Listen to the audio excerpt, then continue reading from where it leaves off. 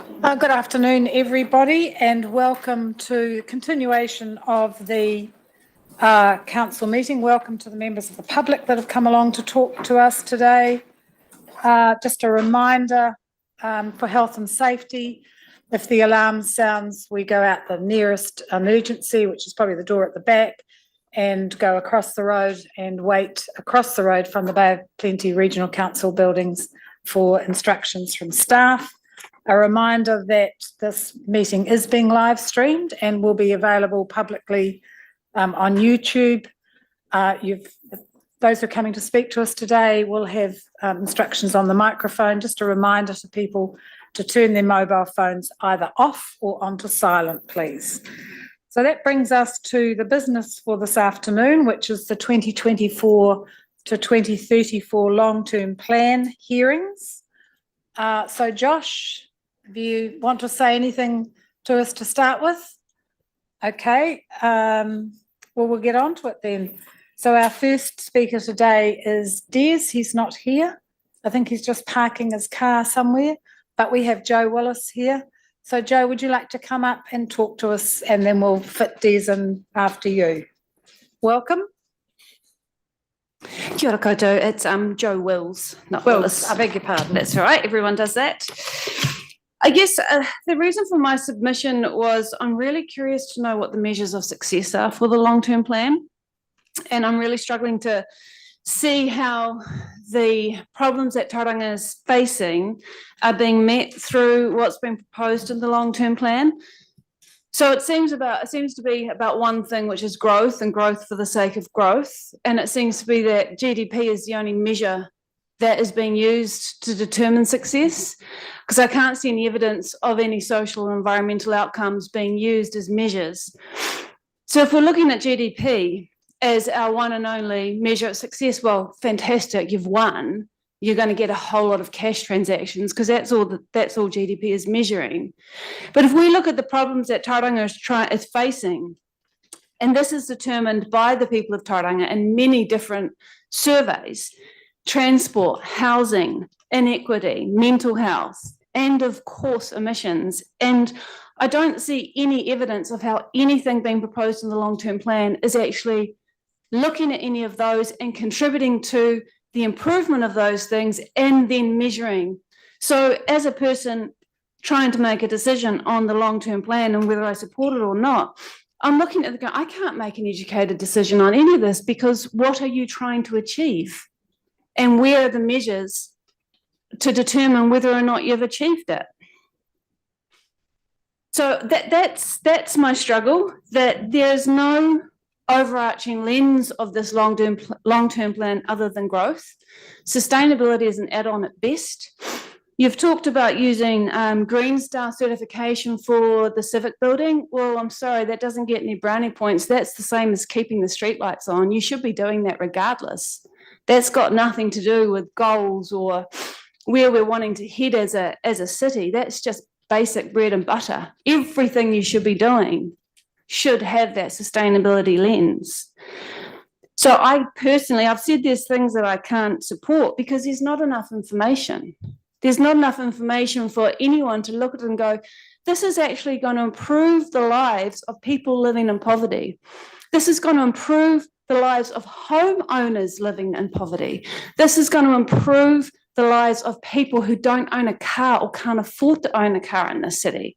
This is going to improve the mental well-being through connectivity and real strong community identity in this city. And I can't see any evidence of how this is actually going to work towards reducing our emissions in a way that's actually game-changing, not just doing something less bad.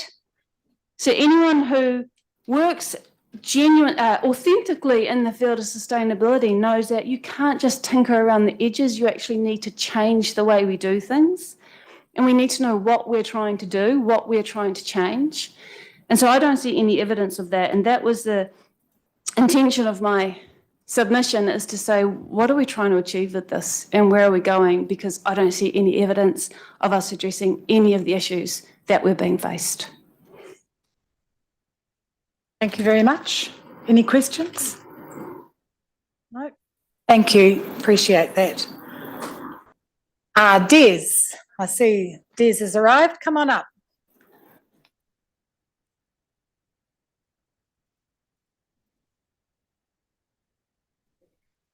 Late Happy New Year's. Kia ora. Kia ora. So you got 5 minutes? 5 minutes. Okay. Forget the pepe, huh? Kia ora, everyone.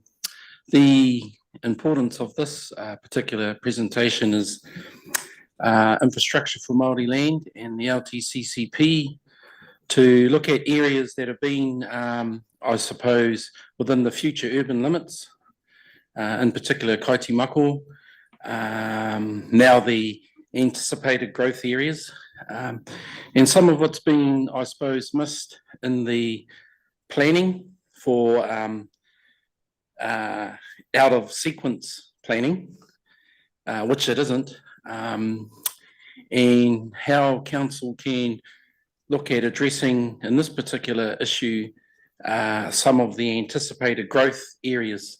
And that's, these areas were kind of identified in the mid to late 2000s. So in particular, lately, council's had a relationship with a number of the Kaiti-Mako land blocks. They're in within the future growth areas or the anticipated growth areas, some of which are now rural. So in order for them to develop, they would probably need to go through a plan change. So with respect to the plan change, there is a plan change that's anticipated, but it's been reduced to the Ohowiti South area. And I think if they were going to do that, even though it's a private plan change, they need to encourage the peripheral Māori land, because they all sub-catchment planning, they all share the same level of service requirement, the three waters as well as the roading network. And I think it's a better community outcome with more structured and integrated planning, as was originally intended with the, I'm going back in history now, the Ohowiti Welcome Bay planning study, which was put on hold. So that's some of the background to planning and this submission, and why it's important to raise the issues around current infrastructure.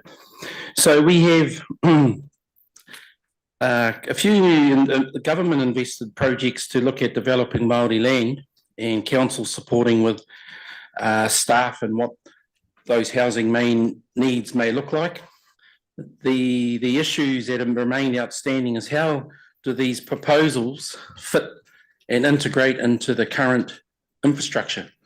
So in Kaiti-Mako, this is above the rural residential. We have it's a resilient line, which will probably turn to be the mainline water main. That had an opportunity to provide rider mains to be able to service that community. So that's still unaddressed, and it's just sitting there as a development issue for those infrastructural needs around water.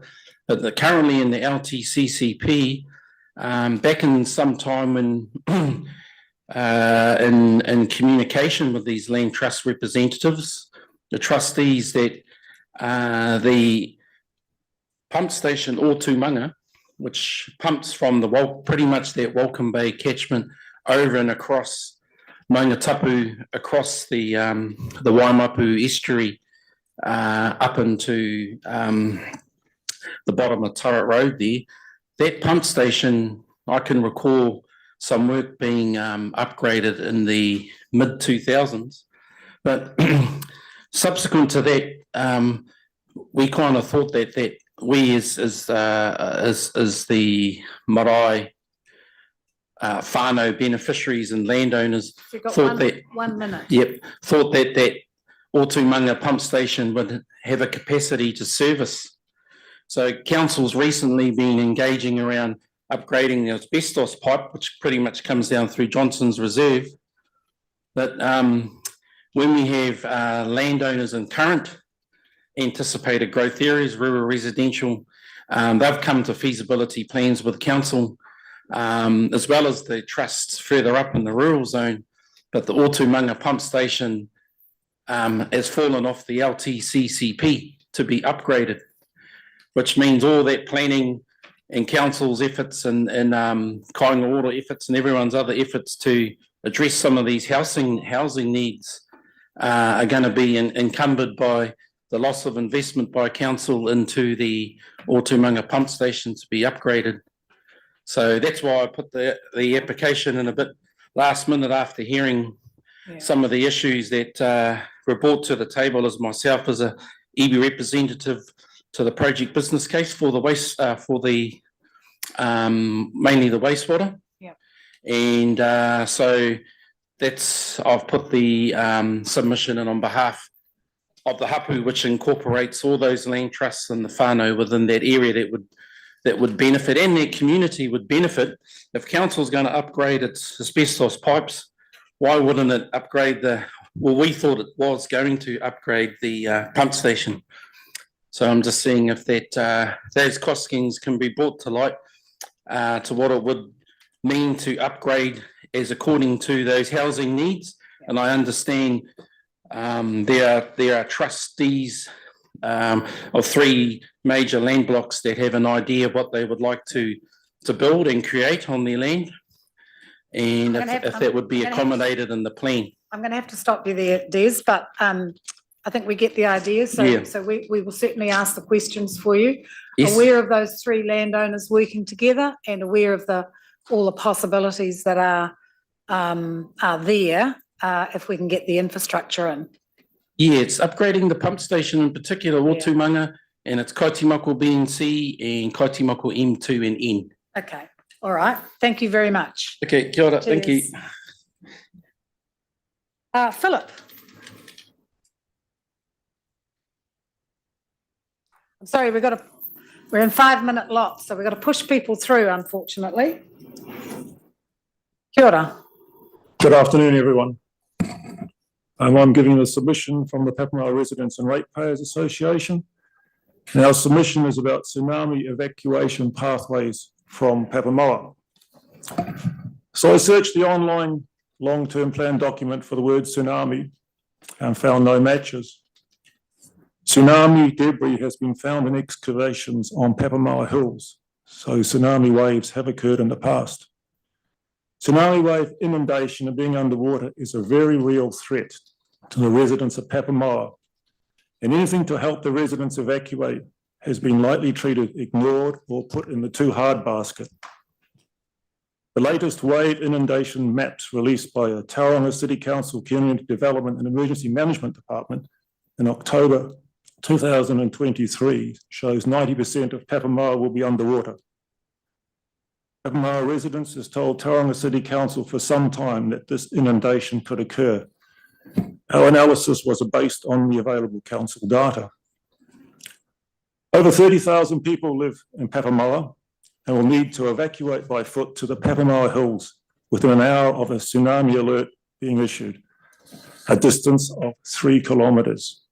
If the wave comes from the Kermadec Trench, it will be here in 1 hour. That's reference from a Tonkin and Taylor report. But the evacuation pathways are not in place, and there are no plans to do this in the near future. Tsunamis do not have a timetable. They can happen at any time. I find the attitude towards tsunamis is irresponsible. The commissioners themselves say, if it's strong, be gone. How do 30,000 people easily get to the Papamoa Hills when there are no pathways? First action Commissioner Tolley did on appointment was to cancel the installation of the emergency sirens for Papamoa. Emergency sirens are used by over 65% of New Zealand towns for emergency alerts. Instead, she created a local community group to work on ways to make it easier to evacuate. This group met once and then disbanded. There is no magic solution. There has been no follow-up. The false tsunami alert of February 2022 showed that Papamoa roads gridlock rapidly, and foot or bicycle is the only option to reach the Papamoa Hills. This means crossing the Tauranga Eastern Link or the motorway. There are only 3 places to cross the motorway: Sandhurst Road Bridge, Domain Road Underpass, and Parton Road Bridge. The new Papamoa East Interchange Bridge should be the fourth crossing. Papamoa residents talked to the Tauranga City Council Director of Transport, Brendan Bisley, about providing a pedestrian access on the Papamoa East Interchange and an easement to Bell Road, which is on the way to Papamoa Hills. His reply was that any easement over private land is up to the developer. The council has no jurisdiction. I said to him, isn't one of the council's obligations to look after the well-being of its residents? And this attitude's not really doing the job. His reply was negative. Another suggestion we put forward is to close the TEL, the motorway, after the tsunami alert was given to allow easy crossing of the motorway by residents walking to Papamoa Hills. Not possible was the reply. Yet recently the TEL was closed for a bike race. It must be a matter of priority. Bike races are more important than the survival of residents. Look at the state of Domain Road, a major evacuation pathway. No footpaths, just ditches on either side of the road. We have a solution. 1 minute, Philip, 1 minute. Papamoa Residents has produced a set of pathways to facilitate the pedestrian evacuations and presented this to Tauranga City Council and NZTA last year. The cost is around $20 million for stage one. On a day-to-day basis, the pathways will be used as cycleways. Nothing has happened since the presentations. I don't believe Tauranga City is taking enough responsibility for the care and welfare of its residents in Papamoa. As we know, there is a complete blank about the tsunami evacuation paths. You, the commissioners, are driving change in Tauranga with very grandiose vanity projects closing to $1 billion. Often this is described by council staff as the opportunity of a lifetime. Here in Papamoa, we want the opportunity of life. Build the evacuation pathways now. Thank you. Thanks, Philip. It isn't quite true to say that there's nothing being done. So following the release of the new maps, and as you say, in October last year, so the regional maps were released. The staff are doing a lot of work on snow. I mean, the issue you raise is extremely serious, and we're taking it very seriously. And when we had the NZTA board here end of last year, we raised with them the closure of the highway should there be a major earthquake, and they agreed that that would be done. So we are following up on some of the suggestions that you have made. I think the staff are still prepared to work with the association as they start developing those escape routes. So it's not correct to say there's no work being done. Maybe they just haven't communicated with you recently, but I'm sure that that will happen. But thank you very much for your presentation. Just one comment. We asked for this 5 years ago. 5 years have now gone through. Yeah. We are not involved, so we don't know what's going on, but our lives are at stake. We need to be looked after. Thank you. Thank you. I know the staff have met with you and they will continue to do so. Garth Matheson, thank you.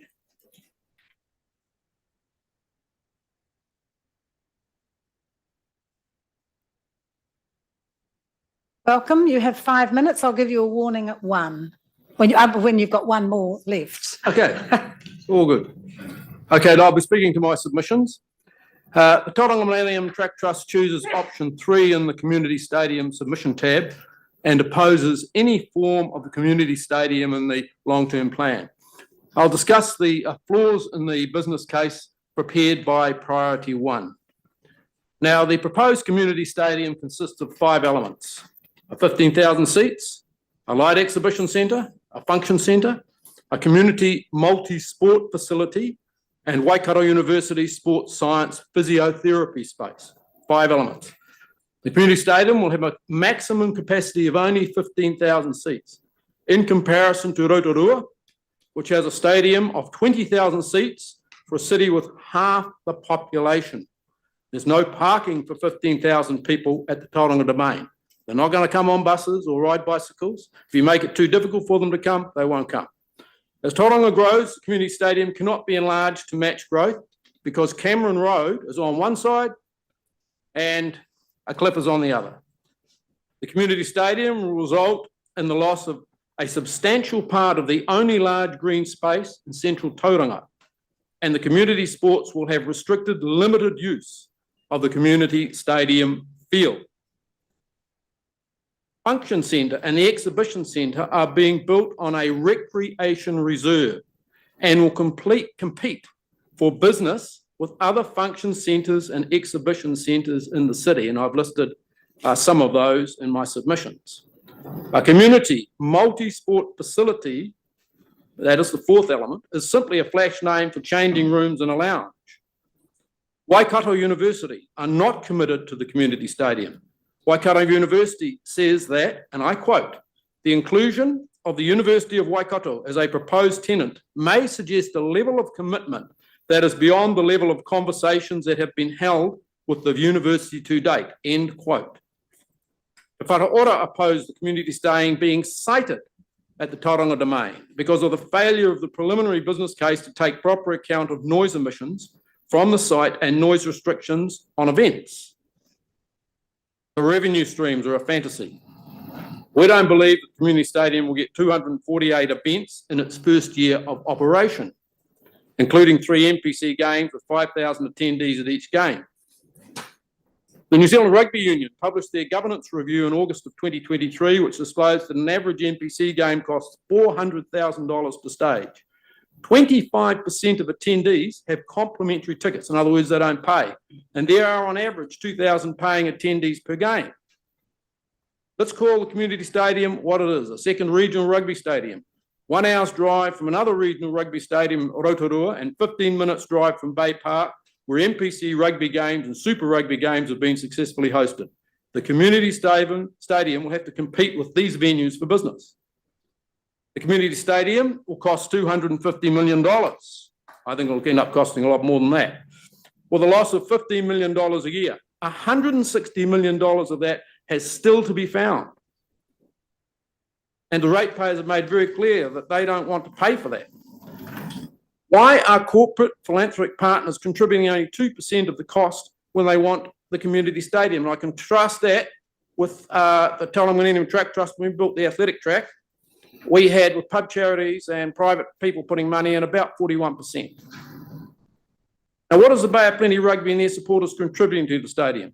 Does Bay of Plenty Rugby and their supporters only support the community stadium to the last ratepayer's dollar?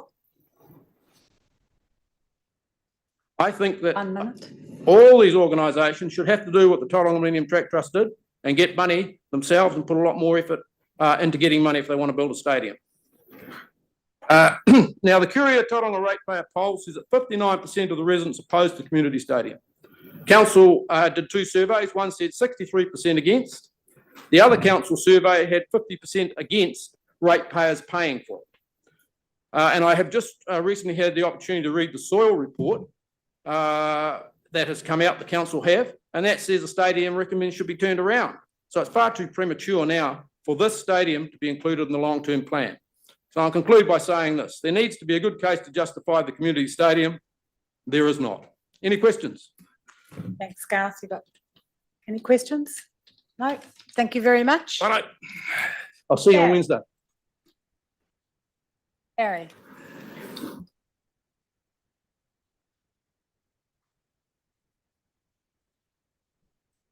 Good morning. Before I start, I have to tell you that I've timed the reading of my submission. I think I go over time by 40 seconds, and I'm asking for a dispensation for that if I go that far. But I can't read any faster, you see. Like Garth, I'm opposed to the domain proposal, and that's what this address is about. I want today to emphasise my contention that the council has failed to validly consult with the community about the proposal. The Local Government Act says that the council needs to, in consultation, the council needs to consider the views of the community, encourage people to present their views, and provide those people with a reasonable opportunity to make their presentation, and then they must receive those presentations with an open mind. In my view, the council has failed to do this adequately. All we've had by way of in the way of significant consultation is a council-designed online survey, which revealed that a majority of the community opposes the proposal, a council meeting at which members of the public were not allowed to speak and from which one objector was removed for trying, and finally, here we have another council-designed survey plus a hearing at which we're allowed to speak for 5 minutes, or at least 5 minutes and 40 seconds. That's not only not enough consultation, it's a breach of the Act. But in my opinion, that's not the only wrong thing the council has done. There is another major breach of the Act. The Act says that a council must carry out its business in an open and transparent manner. Last year, as you know from my submission, I read in the minutes of a council meeting in May that Commissioner Tolley had chaired a meeting of the Project Development Committee, a group that was said to be overseeing the stadium feasibility study. I could not find anything about this committee on the council webpage, so I asked the council for more information. I was told that the PDC was not a formal council committee, but was a partnership between the council and Priority One. Through an official information request, I discovered that over a period of at least a year, Commissioner Tolley, CEO Grenfell, and other council officers had attended several meetings of what was called the governance and workshop groups set up under this partnership arrangement. A record of these meetings cannot be found on the council's webpage. On the face of it, it looks as though this information has been deliberately kept away from public viewing. In fact, there is not even anything on the council's webpage to indicate to the public that the partnership exists. This is a breach of the Act. And in another breach, the Act says that when going through a decision-making process, a council must consider all reasonably practicable options and assess their advantages and disadvantages. In my opinion, the council breached that obligation when it participated in a direction to the working group to consider only the domain as a possible site for the stadium, and to consider other sites only if the domain became impossible to use as a site. Looking through the notes of the meetings of these groups, I gained the impression that a majority of the members were people or organisations that could be said to have some interest in the domain proposal going ahead. In other words, their views and advice to the council might not have been completely unbiased. From that evidence, it's not unfair to wonder if the decisions made by the council about the proposal were influenced to any extent by the discussions that took place at those meetings. And that's the trouble. When people find out you've been trying to hide things— 1 minute, Barry. Thank you. They immediately become suspicious about the outcomes. To my way of thinking, these breaches undermine the credibility and validity of every decision that the council has made and is likely to make about the domain proposal. Ironically, there was no need for the council to enter into this sneaky behind-the-scenes arrangement with Priority One. The feasibility study could have been done in-house by the council's own staff. Sure, consultants would have had to be employed, but that would be the case whoever did the thing. What would have made an in-house exercise especially better than a behind-the-scenes operation is that it would have been open and transparent and free from any suggestion of bias. What do I want? I want the council to admit to itself that it has made a mess of this consultation process, withdraw the domain proposal from the LTP, put the file back on the shelf and leave it there as something for the new council to consider and in due course. I suggest that this council should pause the process and extend the time for adoption of the long-term plan to the end of September, so our elected representatives can have a proper look at it on our behalf.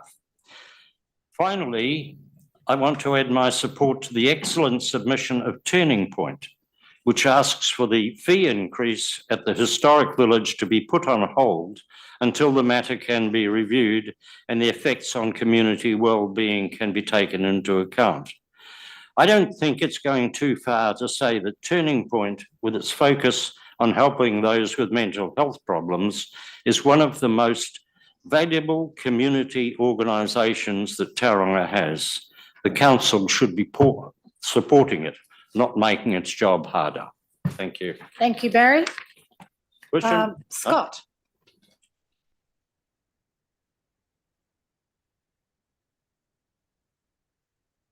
Good afternoon, Commissioners, Executive Staff. Scott Adams, Managing Director of long-time Tauranga developer Caris. I applaud the Commissioners for progressing the long-term plan process to being operative by April 2024. I'll assume my submission through the online portal is taken as read, but I'd like to talk to two future development projects, both of which are severely constrained by lack of external infrastructure, being Te Tumu and Pukimapu and Ohauiri, both in jeopardy. Firstly, Te Tumu, which is the #1 priority growth area in the Western Bay. It's been rezoned future urban since 2002. Te Tumu should have been rezoned years ago, and we must find a pathway to do so ASAP. Caris requests a change in the LTP to say the council and the main landowners are progressing a plan change with best case notification target of July 2024 can be done, i.e. this is before the Commissioner's tenure expires and local body councillors are elected.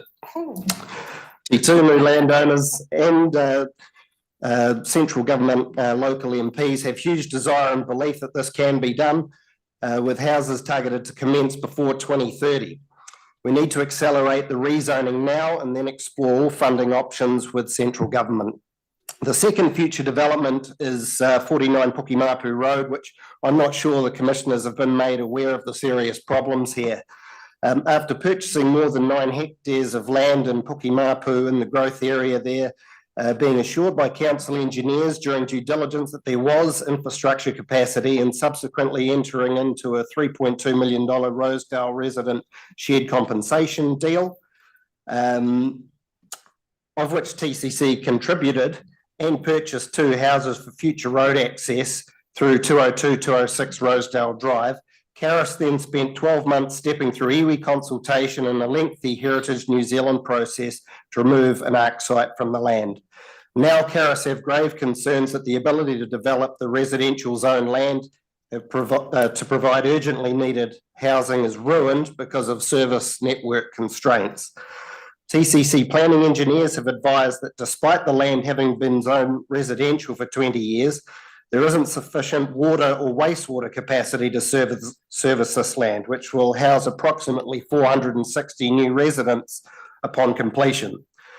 The Rosedale developers clearly weren't tasked by council at the time of their development to future-proof their infrastructure delivery.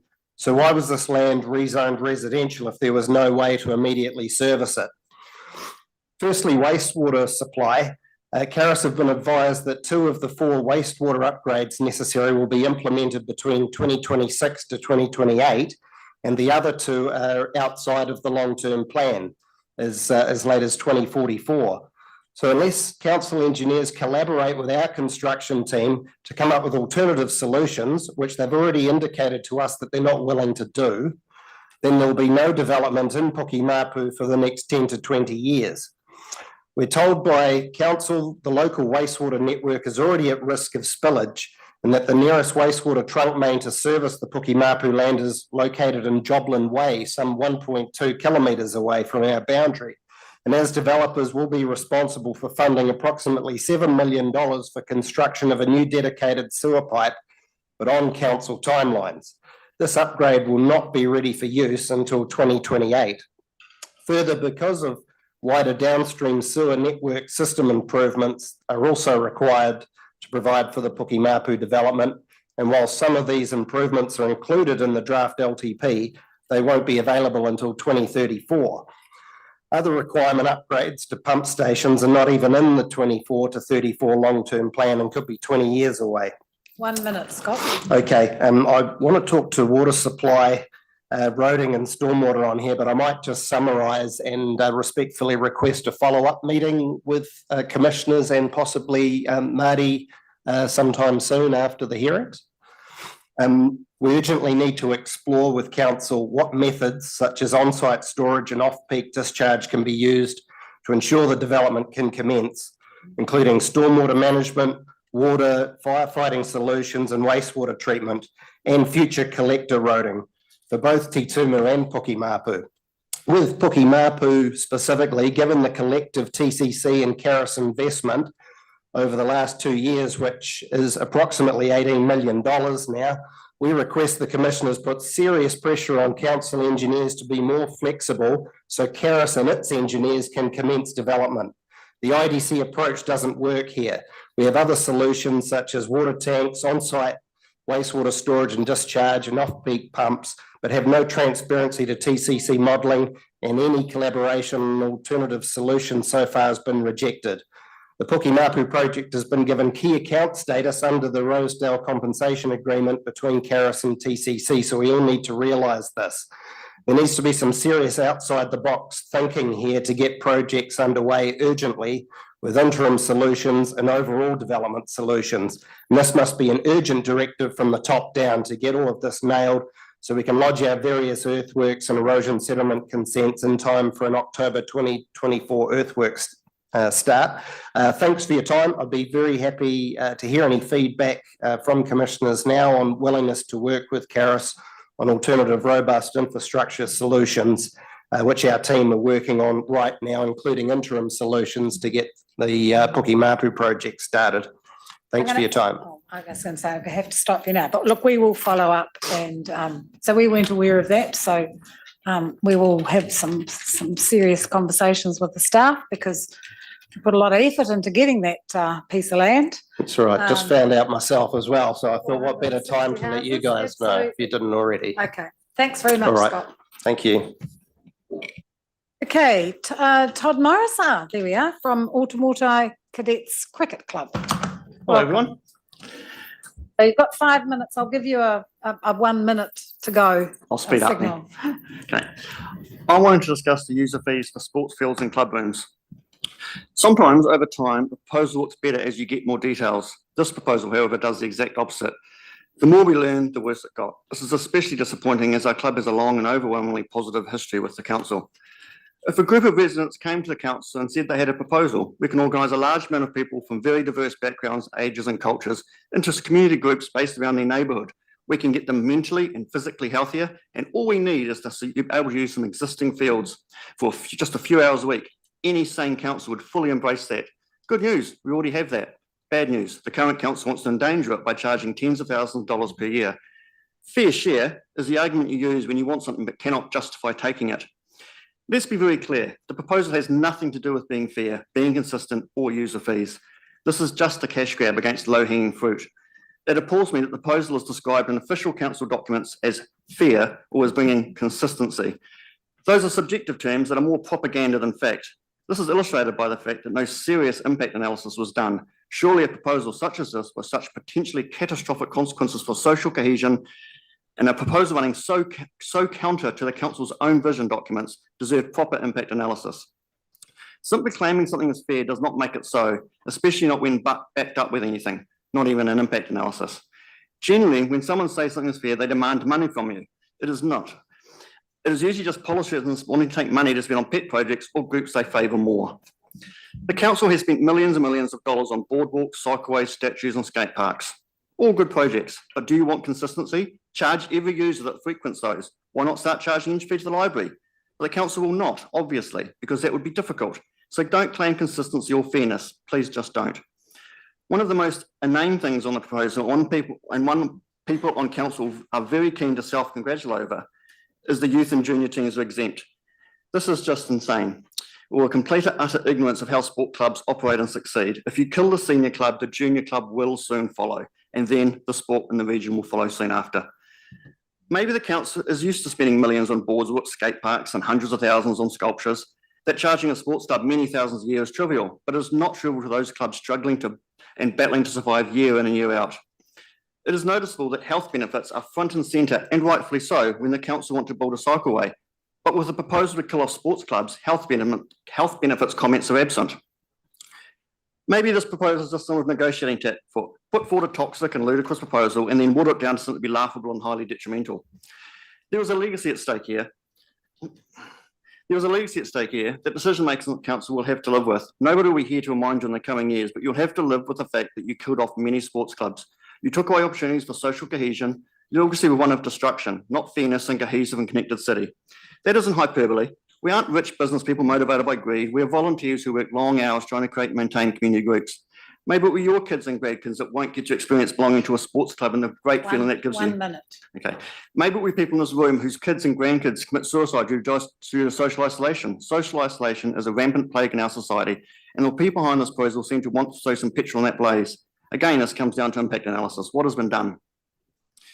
Do not kid yourselves that this will not kill off sports clubs. The council has done no impact analysis on this. We'll jump to the end. Our club and many others do social goods. We try to help obtain the council vision for Tauranga. This proposal does the opposite. Please show some decency and goodwill towards our own city. This proposal we put in the dustbin where it belongs. You allow those of us trying to help with social cohesion, battle socialisation, and make Tauranga more livable and vibrant and socially connected city do what we do. I don't believe there's any nefarious plan at play. I think council genuinely does its best. But like any organisation, they can and do make errors. Our club serves all backgrounds, cultural backgrounds, and most importantly, socio-economic backgrounds. We make the community more connected and more physically and mentally well to those who are most vulnerable amongst us. We have lawyers and doctors playing at the same time as beneficiaries and starting off on their life journey. This use of proposal is a tool of destruction. Don't let it be part of your legacy. I know you want Tauranga to thrive with connected citizens. I know you all want what is best for the city. Please prove it. Thank you. Very much, Todd. Okay, so Kenny, I see you there. Kenny, welcome.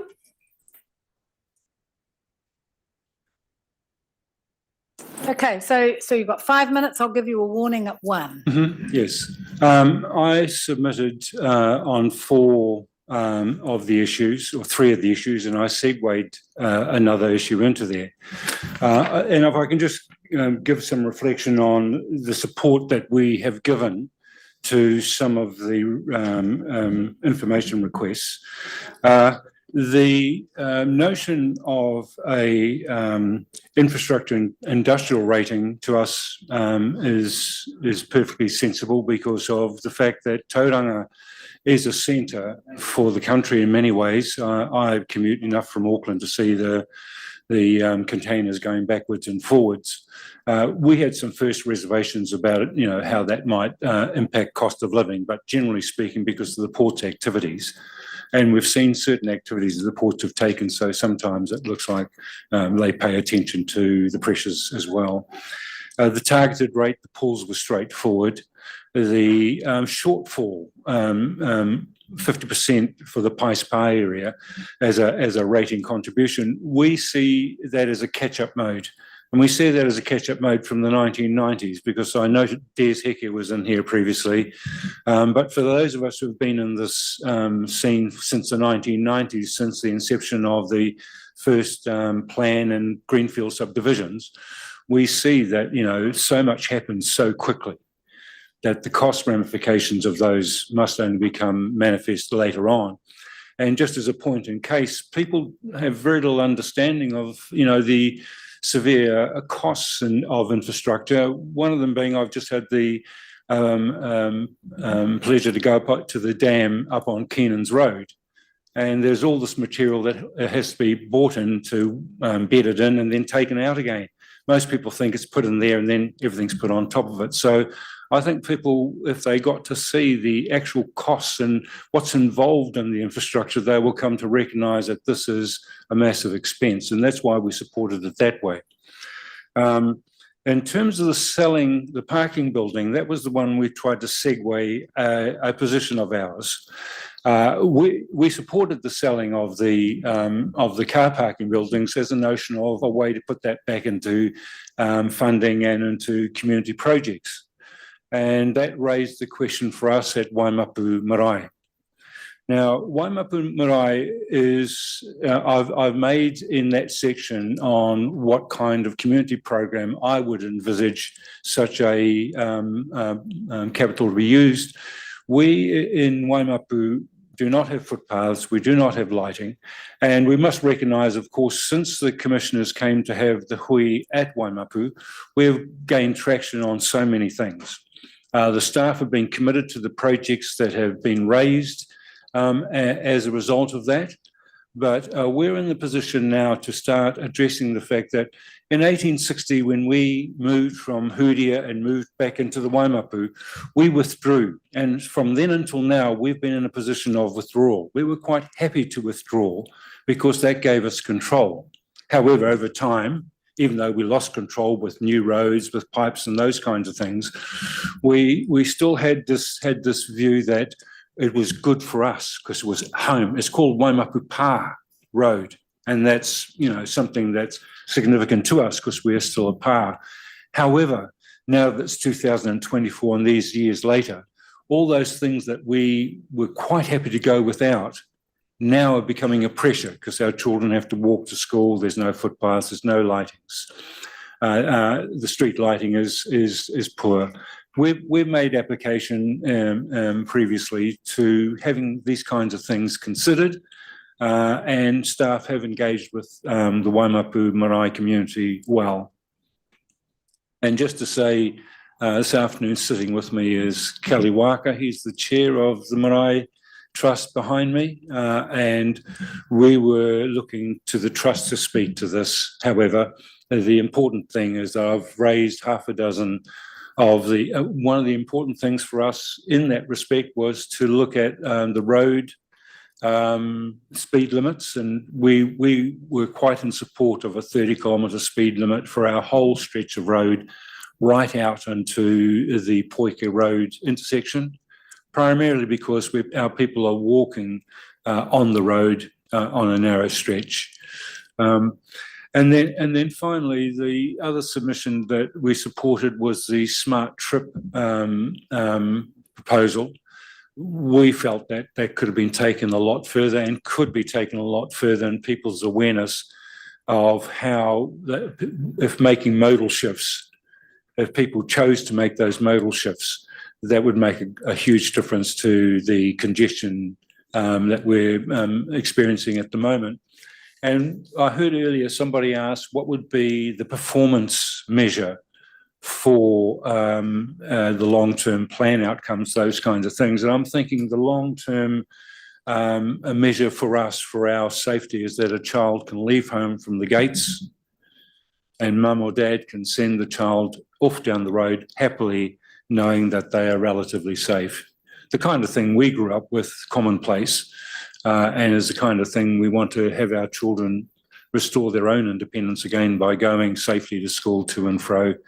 So hence the Smart Trip. One is also sort of endorsing the fact we need good linkages, good connectivity, good PT options. You'll find many of our families are running 2 or 3 cars. And if we had an insight into what those 2 or 3 cars could support in terms of a mortgage, they'd be quite impressed. However, because the linkages, public transport wires are not strong, our whānau are tending to go different trip patterns. So, thank you very much. Very thoughtful presentation. Good to hear that the staff are engaging with you. And so we'll check up and see where we are with those issues, because they're the same issues that were raised when we were at the marae. yes. So we're interested to see where we're getting to. Good. Thank you very for that. much. Lauren, welcome. Kia ora. Tēnā koutou katoa, ko Lauren Waitwhara hau he uri a hau no Te Tai Tokiro. I am the policy analyst for Ngāi Tū Kairangi Ahu Whenua Trust and have the pleasure of presenting our trust submission to the Tauranga City Council and the Commissioners today. You'll notice that in our submission, we have provided commentary and recommendations on 4 areas of significance to us, first and foremost, and then answered the feedback that Tauranga City Council requested. But to summarise, the trust is not supportive of any of the consultation questions that were presented within the long-term plan. We want to be more informed and appropriately engaged by Tauranga City Council and the commissioners around these issues. So I want to then go into those 4 points that we made that are of importance to us. So our first recommendation is that $150,000 is set aside for Ngāi Tū Kairangi me Ngāti Tapu hapu management plans, hapu trusts, to begin the process of reviewing and updating the existing hapu management plan to ensure that it is fit for purpose within the context of existing challenges and aspirations of each of the respective hapu, and that all hapu management plans sit above and feed into council planning processes. The trust, working alongside the hapu trust, has observed that too often our hapu reps across Tauranga Moana are asked to provide their valuable time, effort and work into planning instruments for the whole city before even being able to do so for their own communities.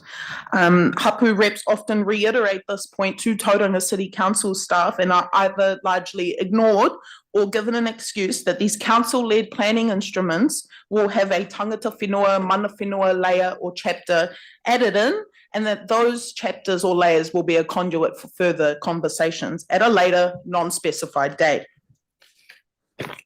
Towards the end of 2023, the Trust presented our submission on the Smart Growth Strategy to the partners, which does include Tauranga City Council. And similarly, within our submission on the long-term plan, we pointed out the failure of councils to include Māori land trusts within planning processes, but they have also failed to understand what Māori land trusts are, who they represent, and the role that they can have in urban development and planning and the service delivery. And that's for the betterment of not just their own communities, but for the whole city. If tangata whenua are thriving, tangata tiriti will too. So we are yet to see a council take the initiative and formalise these existing networks and utilise the power of Māori land trusts. I must reiterate to you that this does not mean the replacement of hapu and iwi. It's a recognition that Māori land trusts have a role to play as well. And so that segues me into my next point, targeted Māori engagement.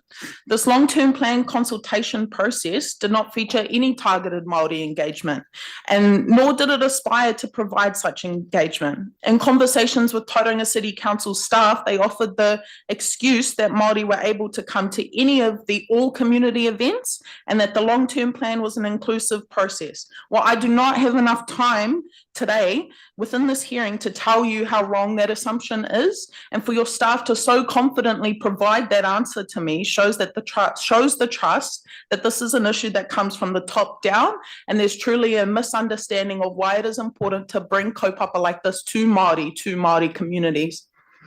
The trust, in preparation for the submission, did endeavour to engage with some of our wider whānau, wider Ngāi Tū Kairangi whānau, to ascertain whether they were aware of the long-term plan, and if they had capacity, would they be in a position to make a submission.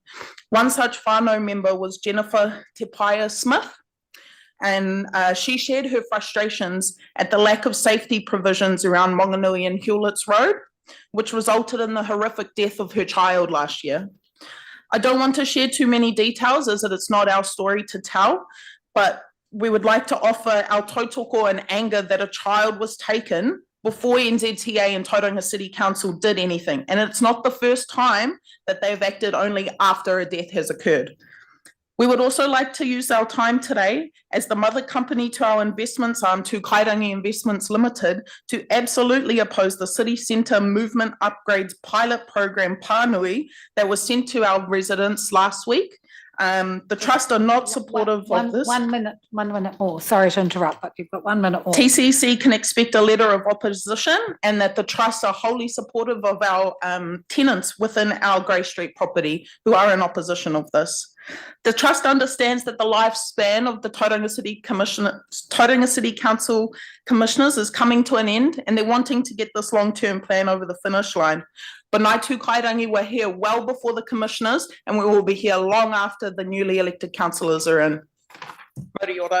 Thanks, Lauren. The only thing I'd say to you is that we did have discussions with the Rangapu about the long-term plan. Both the commissioners have talked with them, and I know that they've made a submission, so they have had a look at it. So it's not as if we haven't had any. So I guess the role of the rangapu is to try and disseminate some of that. But I take your point about the trusts. Thank you. Okay, Annie. Welcome from Creative Bay of Plenty. Oh, sorry, that's my dismissing, yep. Tēnā koutou katoa. Thank you for the opportunity to speak to Creative Bay of Plenty's submission to the draft long-term plan. Our submission has taken you on a bit of a journey of our history over the last few years, and we thank you for bearing with us over a number of pages. We would like to acknowledge the commitment of the commissioners to arts, culture and creativity. It's refreshing to have leaders of our city understand the value this sector brings to our community, not just in terms of appreciation and enjoyment, but also by enhancing health, wellbeing and educational outcomes, stimulating innovation and economic growth, and facilitating collaboration. The key areas of our submission I'd like to emphasise today are as follows. Our organisation has developed a strong track record over the last 3 years of delivering necessary and impactful programs to the arts and culture sector that have resulted in positive change. We believe our advocacy, leadership and the deep connections we have developed at a local, regional and national level have positioned us well to add significant value to council. This is reflected in the levels of engagement and trust we are able to demonstrate, and corroborated by the letters of support we've attached to this submission. We have a skilled team and are widely connected, so we're well placed to help council achieve the goals outlined in the Arts, Culture and Heritage Action and Investment Plan, all of which we share. We are also nimble enough to maximise opportunities as they arise and have more flexibility in delivery due to working outside the political framework. We believe there are exciting opportunities for us to better support the delivery of the Arts, Culture and Heritage Action and Investment Plan, and we're keen to partner with you in this respect. This includes supporting iwi and hapu to identify and achieve their cultural and creative aspirations, developing and sharing bespoke resources and services for Māori and non-Māori to navigate cultural terrain safely and meaningfully, providing cultural and creative resources and advice to public and private entities developing large-scale public art through your public art framework, supporting new developments by providing advice on historical and cultural narratives, including cultural design direction, attracting and retaining creatives in the arts, culture and heritage sector, supporting the development of a strong and sustainable creative sector through capability and capacity building, research and sector development initiatives, and advocating for arts, culture and creativity at a national level as a member of the Regional Arts Network Aotearoa. This group has a strong focus on advocacy, developing strategic relationships, sector infrastructure development, building capability, and engaging as a sector with central government to support the growth and development of arts, culture and creativity. We are keen to open conversations at an operational level to discuss how some of the opportunities I've outlined can be delivered through our contract for service with council. Thank you. Thanks, Annie. Any questions for Annie? Thank you very much.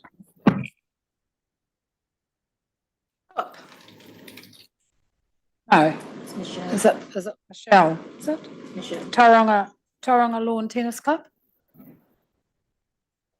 All right, so someone different is presenting.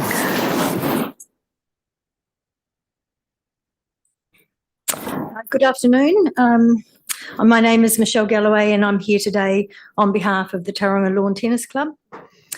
I wish to comment on the increased rent charges proposed as per the recommendations of the Tauranga City Council Revenue and Financing Policy on clubs using council grounds.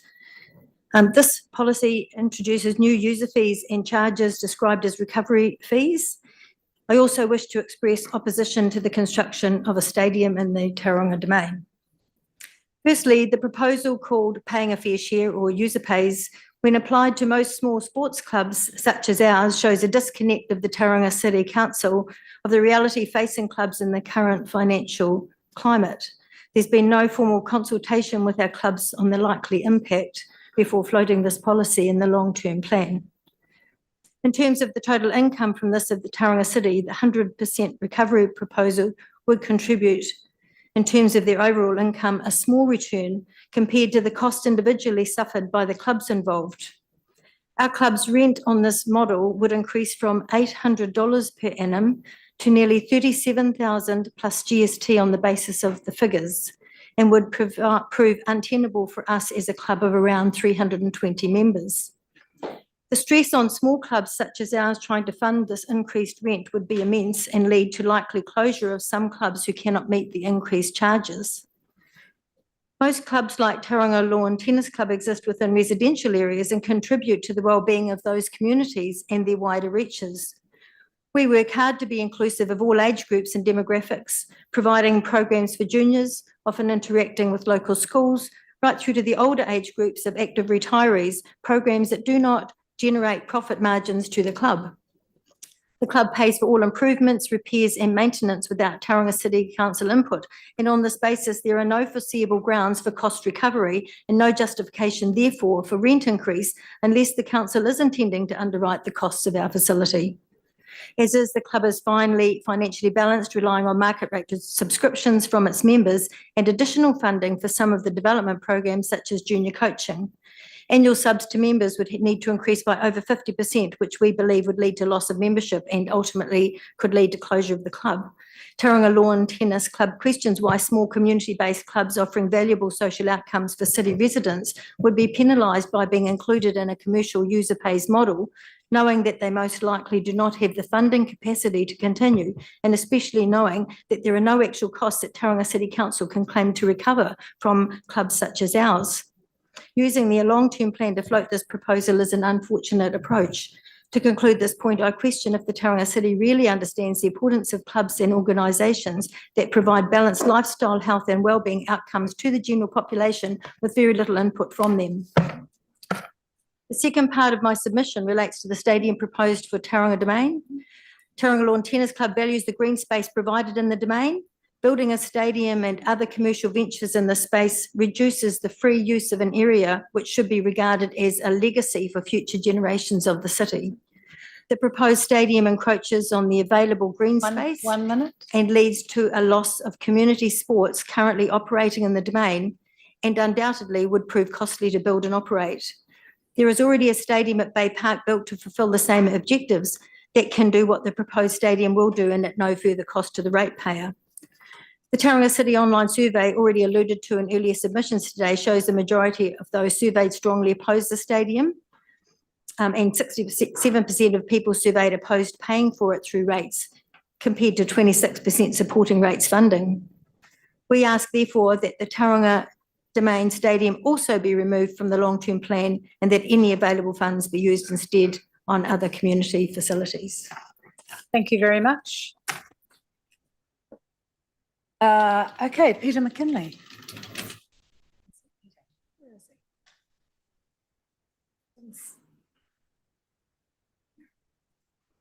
Oh, yes, there he is. Sorry, I didn't see you. Tucked in away there. Good afternoon, Commissioners. Thank you for the opportunity to speak. First, I'll put a little bit of context around my submission. It's based on experience of some 30 or more years working with local governments and local government advisors around the globe. I've worked extensively with the Commonwealth Local Government Forum, leading its research advisory group, edited a book on local government for the Commonwealth Secretariat. I led what's still the leading study on community engagement in Australia. I've advised a number of state governments there. I've worked with think tanks in the UK and the US, particularly on issues of local governance and community government. So I come to the submission with some understanding of the role and place of local government. The nub of the submission is that, and it's on fundamentally the fees and charges policy, but it applies more generally to the council's decision-making. The nub of the submission is that the council's decision-making process is non-compliant with the provisions of the Local Government Act. It fails to address the purpose of local government, which is twofold: promotion of local democratic decision-making by and on behalf of communities, and the promotion of the four well-beings. And it also doesn't recognise that the role of local government is furthering the purpose of local government within the district. There's nothing in the council's policy discussion to indicate that it has any understanding of either of those requirements or of the requirement in section 14 that councils, when taking decisions, must consider the impact on each of the four well-beings. When you look at the public law context, there's a very similar situation which arose in the UK a little while ago, when, as part of a power of general competence provision, councils were required, if they wanted to exercise a power of general competence, to satisfy themselves that it would further community wellbeing. In the UK, people can afford judicial review proceedings, which here they can't generally, and repeatedly council decisions were overturned. The view that the courts took and would take here is that the Act provides very clear requirements. It happens to be the case that most councils in New Zealand don't observe them, and I think that's a practice that's grown up in the sector over the years. It explains but does not excuse the non-compliance. I have to say that, not being an optimist in this area, I do not expect that the commissioners will actually decide that, yes, they have to go back and redo the decision.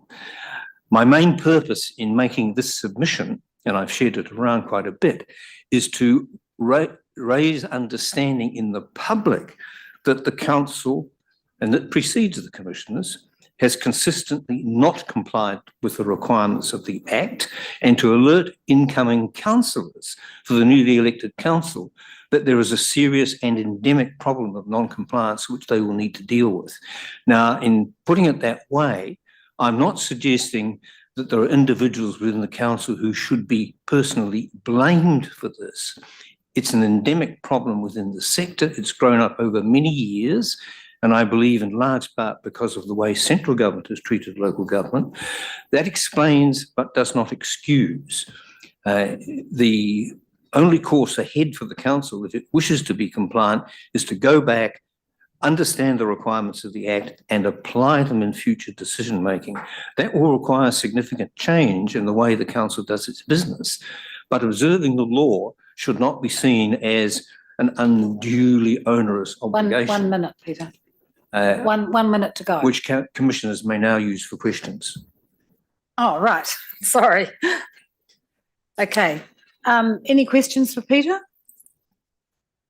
I've sat there recalling some of the discussions about the four well-beings which have been in the Act and out of the Act, and that was part of the reason why they were taken out of the Act, because of the bureaucracy that the process. There's a lot of practice internationally on well-being, Madam Chair, which goes well beyond what has been the practice here. We've not been good at understanding well-being.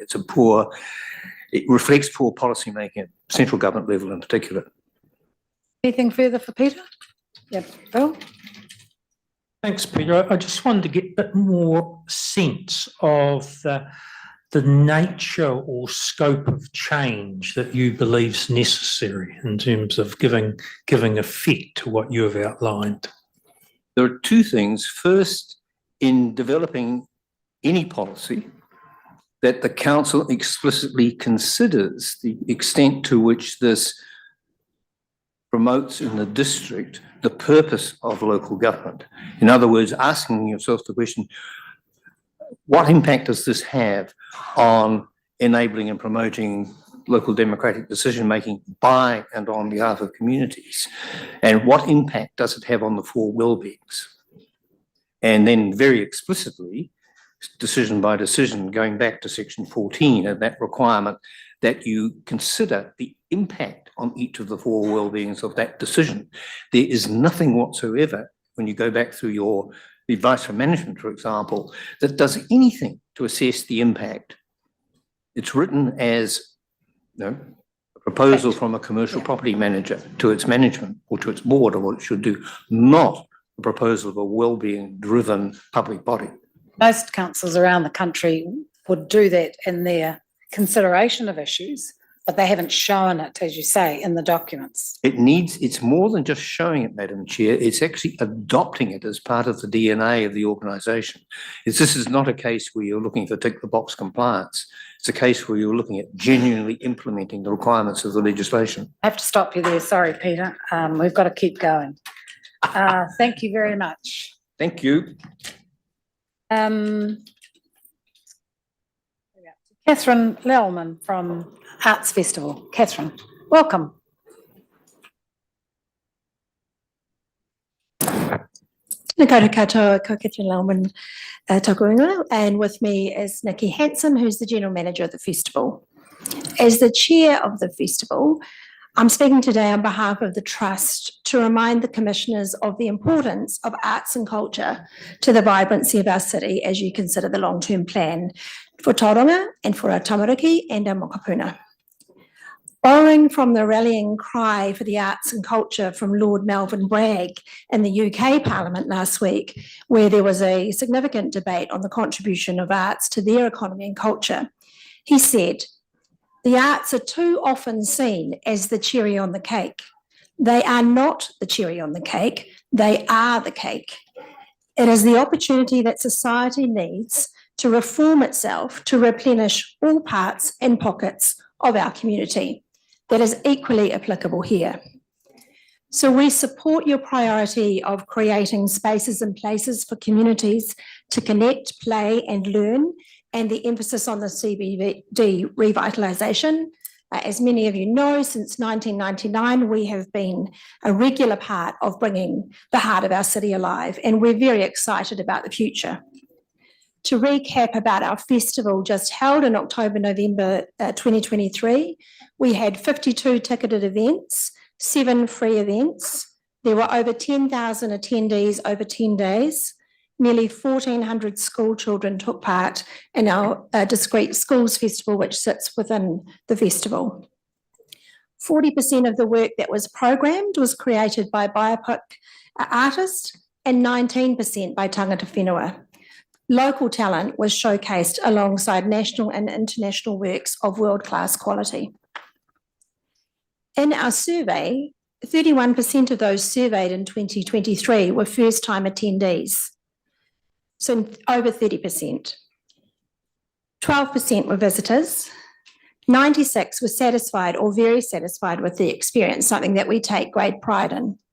But more relevant to your mahi here with the long-term plan was that 95% of the resident attendees agreed or strongly agreed that events like the festival increase their pride in the city.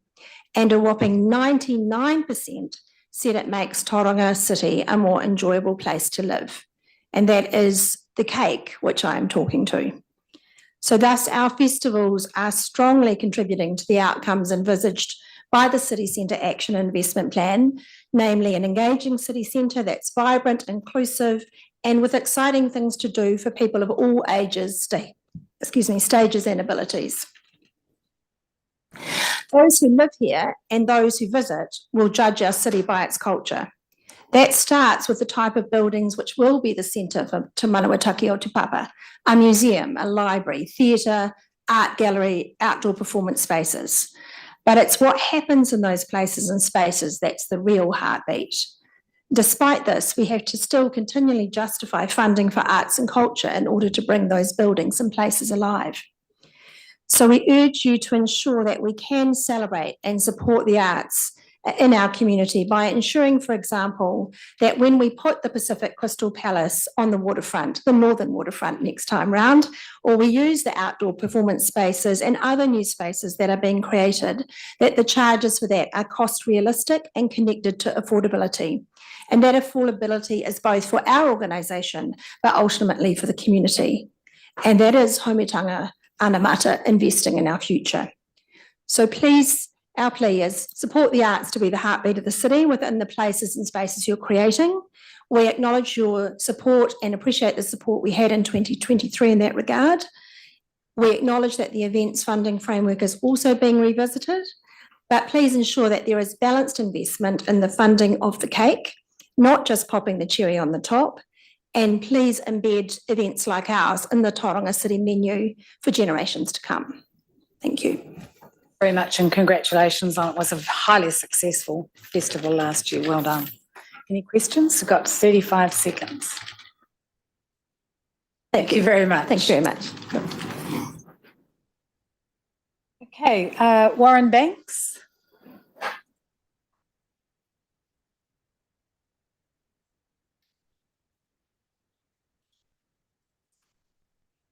Good afternoon, Warren. Good afternoon, Commissioner. I'll give you a signal when you've got 1 minute left, all right? I won't go over. Good afternoon, Commissioners and Chief Executive. I'm Warren Banks. I have no conflicts of interest in anything I'm about to speak to. I've been a resident of Tauranga for 41 years. I'm a life member of Priority One, being a founding member. I've been the General Manager of one of your CCOs, so I have made a contribution to this city.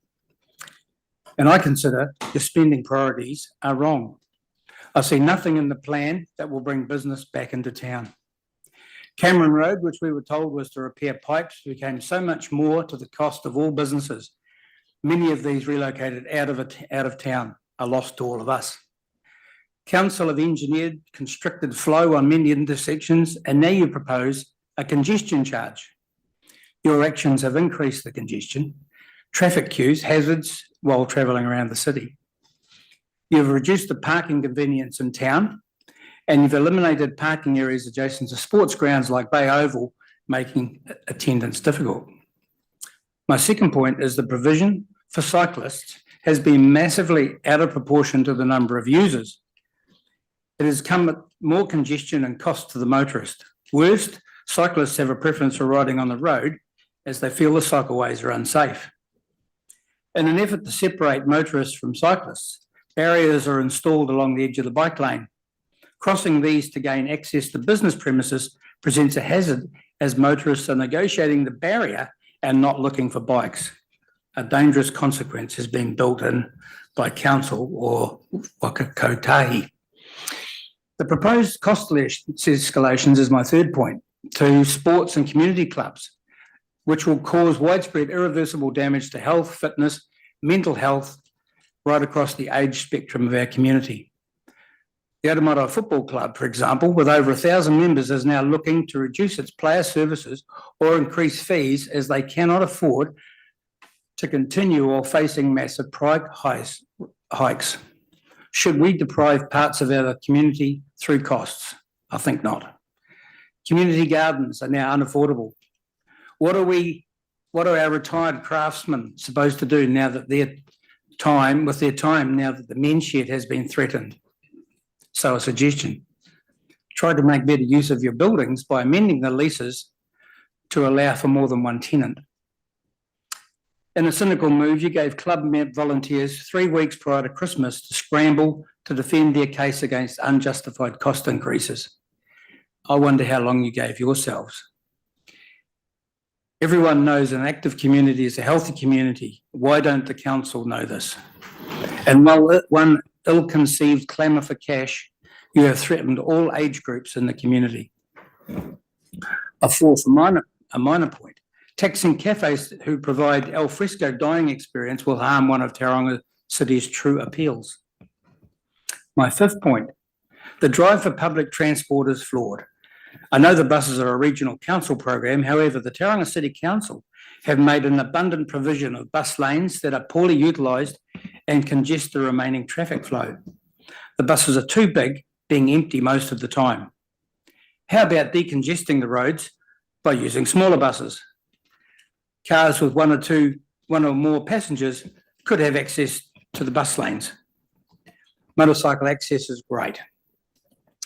In my view, council needs some checks and balances. If TCC needs the new revenues to fund the bloated organisation focused on fluffy, nice-to-have projects, then cut costs. We need to focus on essentials to rebuild the city wealth, not on beautification programs. I would love to see the council's P&L. The community deserves to see the project plan dollars and delivery dates. The community deserve to see 6 monthly reporting on projects, dollars and progress One with minute. explanations. Some things I do agree with. Recycling, keep it up. Track development on Mount Maunganui to minimise human spread of myrtle rust, keep it up. There's no need to stop accessing our naturally beautiful areas. Finally, we had a dysfunctional council before. Now I believe we have a misaligned one. Your focus with all city developments must be to take the people with you. Keep us informed, reset the priorities on people, infrastructure and business. Thank you very much. Any questions?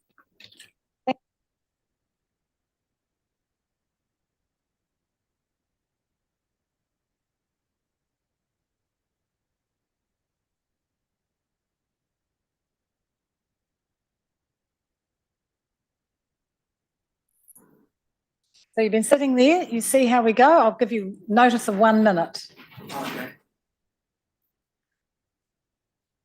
Yes. Is your mic on? Is it green? No, press it and make it green, that's it. Is it going? The battery's run out, is it? I think so. Oh, yeah, no. Oh, there we go, there we go. So, Honorable Commission, I'm just sitting here to give a proposed a hearing of impact proposed outdoor ground user charges. So, I'm the club secretary for Bay Blasters Cricket Club here in Tauranga, and I'm a resident in Tauranga for more than 5 years. And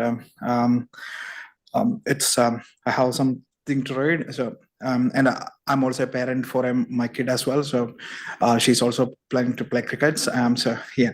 So as a concerned parent and a club secretary of a junior cricket player and leading most of the two league teams in the Tauranga region. So Bay Blasters Club, I feel compelled to share my apprehension regarding the proposed outdoor ground user charges put forth by Tauranga City Council. The potential financial implication not only affect families like ours or the clubs like ours, but could also have cascading effects on the broad cricket community, especially our junior players. Financial strain, the proposed match day fee of $225 per game could lead to a staggering 521.4% of increase in competition fees for senior cricket teams. This translates to an additional $3,024 per team, potentially resulting in a $275 increase on an individual senior player subscription at Bay Blasters Cricket Club. For families with multiple senior players, such as fathers and sons or fathers and daughters, this cost could be double or triple. Despite Tauranga City Council claims to exempt youth players, the reality is that youth teams in senior competition would incur the same cost as an adult team. This places an unfair financial burden on our younger players, making it harder for them to transition from junior to senior cricket. Impact on junior programs. Our juniors at Bay Blasters Cricket Club have benefited immensely from the dedication of senior players who serves as a coaches, managers, umpires, and administrators. The proposed user charges could result in a loss of senior members, consequently affecting the numbers and quality of our junior programs. And loss of role models. Senior cricket players often parent themselves, play a crucial role as a role models for our younger cricketers. If these seniors are unable to afford their involvement in the club or playing cricket, it creates a void in leadership and mentorship for our juniors. The absence of these role models can impact not only their cricketing skills, but also their enthusiasm and love for the sport. Barrier to accessibility. The proposed fees introduce financial barriers that could deter senior players from remaining actively involved in the club. this not only jeopardizes the community of our club, but also impact the crucial roles these individuals play in coaching and mentoring our younger cricketers. 1 minute. Yes. Final 2 points here. Youth and junior group are affected, despite assurance that the fee won't impact youth and junior groups. The indirect consequence, such as the potential loss of role models and mentors, will undoubtedly affect the youth players. Children are inspired by seeing their parents and senior players actively engaged in the sports, and any hindrance to this accessibility could inadvertently affect the passion and participation of our junior cricketers. I understand the challenges faced by the council in managing resources, but I appeal to your consideration of the broader impact on the grassroots cricket. And Bay Blasters Cricket Club has a thrive on the commitment of senior players, both as contributions and role models. That proposed charges risk disputing the delicate balance affecting very fabric of our cricket community. As a member of Bay Blasters Club, I do not support the implementation of outdoor sport field use fee in any capacity. Thank you very much. I think we're going to hear a bit of that over the next couple of days. Did you enjoy the test? Yes. Yes. Yeah. Wonderful, Okay. wonderful. to see all Wonderful. those Yeah, players. yeah. It was great. Thank Good. you. Thank you very much. Okay, Evan from Tauranga Village Radio.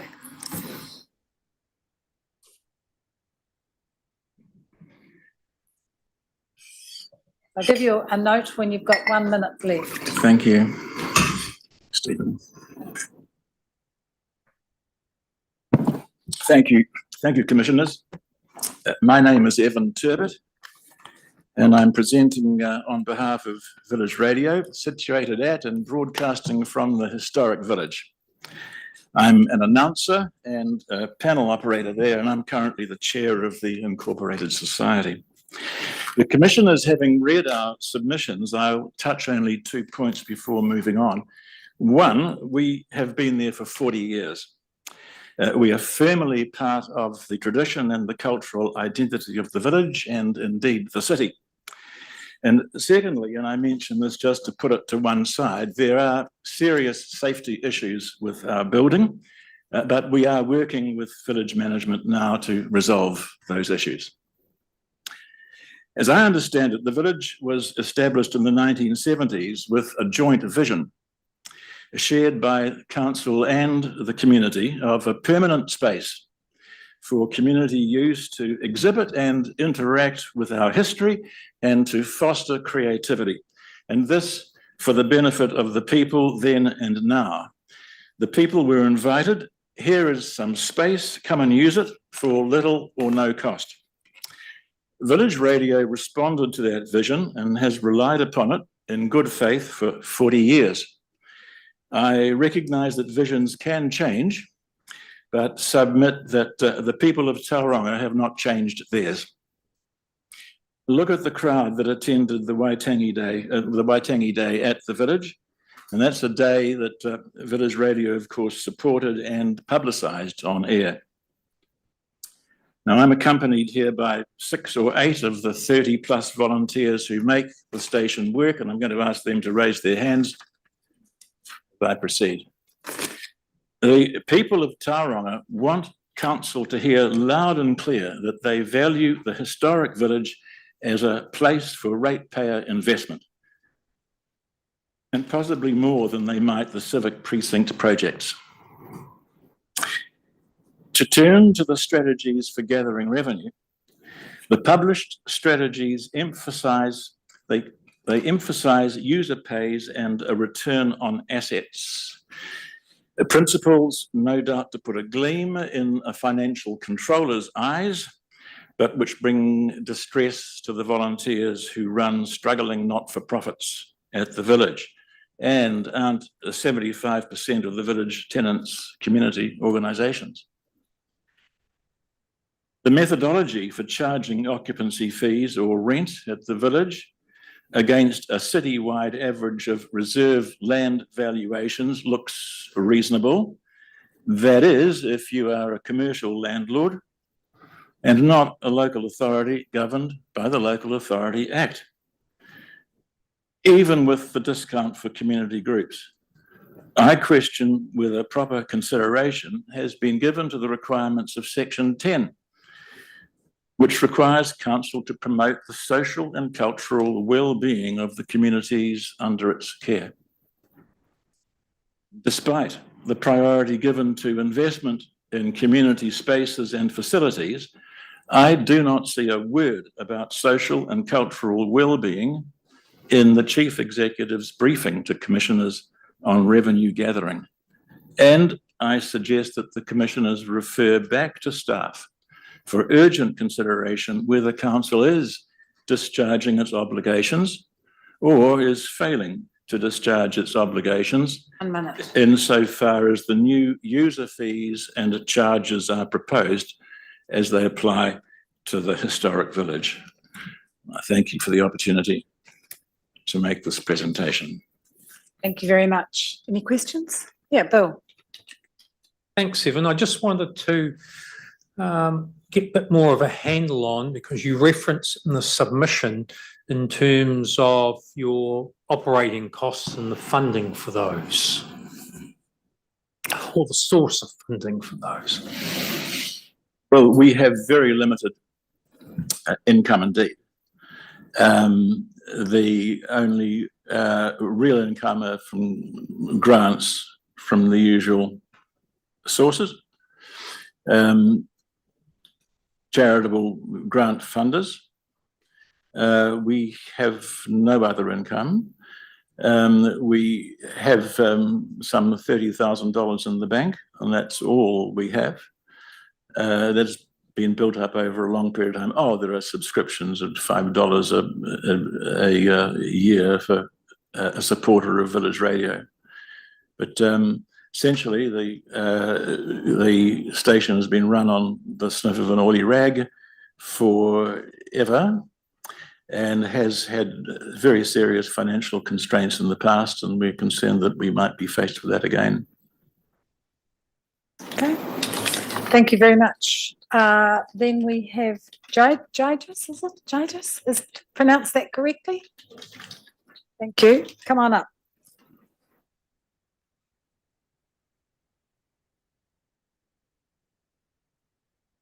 So I'll give you a note when we've got a minute left.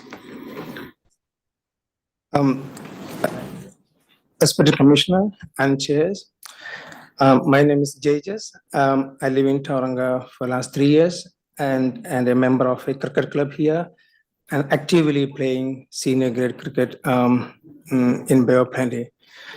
I stand before you today to advocate for exempting non-profit organizations from the proposed user fees and charges for the sports fields.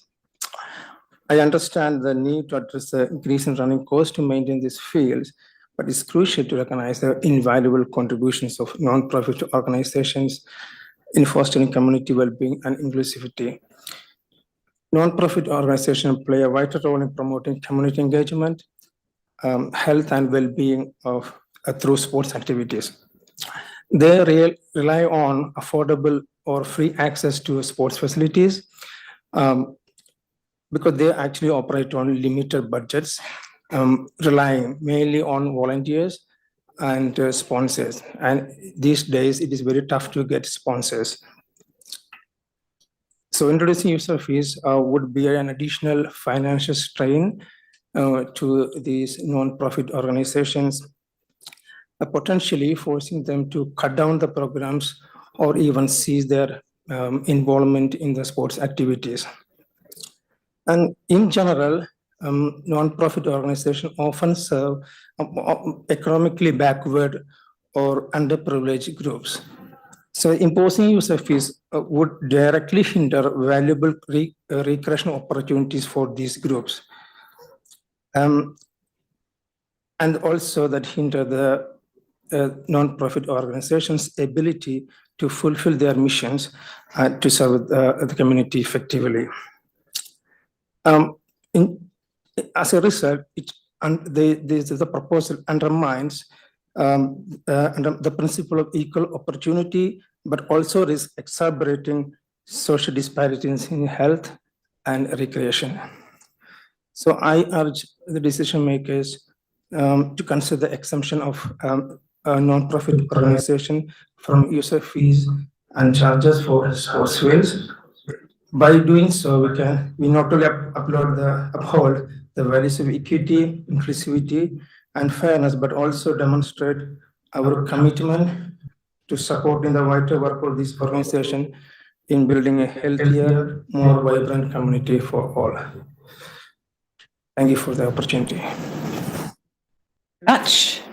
Any questions? I think one of the, we've got a little bit of time, but one of the dilemmas that we have is that if you are a user, if you're a sports person who uses facilities like indoor facilities, they are, and they raised the issue with us, they are paying quite considerably more than people who are using sports grounds. And so how do we get that balance? And clearly we've got the balance wrong because all the sports clubs are in front of us. But how do we get that balance so that all sports get a fair go? It is part of the well-being of the city, and as you say, it creates opportunities for a wide variety of people in our community to live healthy and active lives. And we've got to then balance that with if there isn't an element of user pays, then it goes on the general ratepayer and the rates go up. And many of those people are on fixed incomes anyway. And so that affects them. So it's how we get that balance right. So there's fairness across the city, but we're also managing to keep our facilities up to scratch. And because a big part of the work that the Commission's done has been filling some of those gaps that have opened up over the last 10 years in our sporting facilities. So I don't think we've got it right, but it's not an easy answer for us. But really appreciate you coming in and talking to us. And you know, we will be reconsidering. Thank you so much. Okay, thank you. Right, we now have a break until 3:30. Might have a cup of coffee. Keep us all awake. So I'll adjourn until 3:30.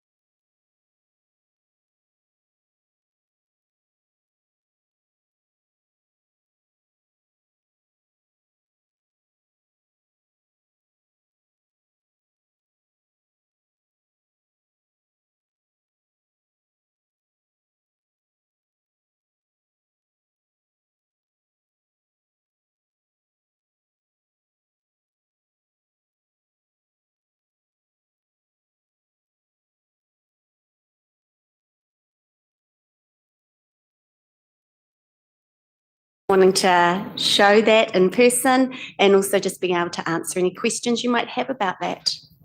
Great. Look, thank you very much. And we too value the relationship that we have. It's a very productive one. I think what for us, one of the dilemmas is we had, particularly when BVL did their fees and charges, we had the indoor sports coming to us saying, look, we pay quite high fees as against the sports fields. We have the arts coming to us saying, you know, a lot of council money goes to sport and we want the same for art. And then we have the environment people coming and saying the same. So you appreciate, we're trying to balance it all up.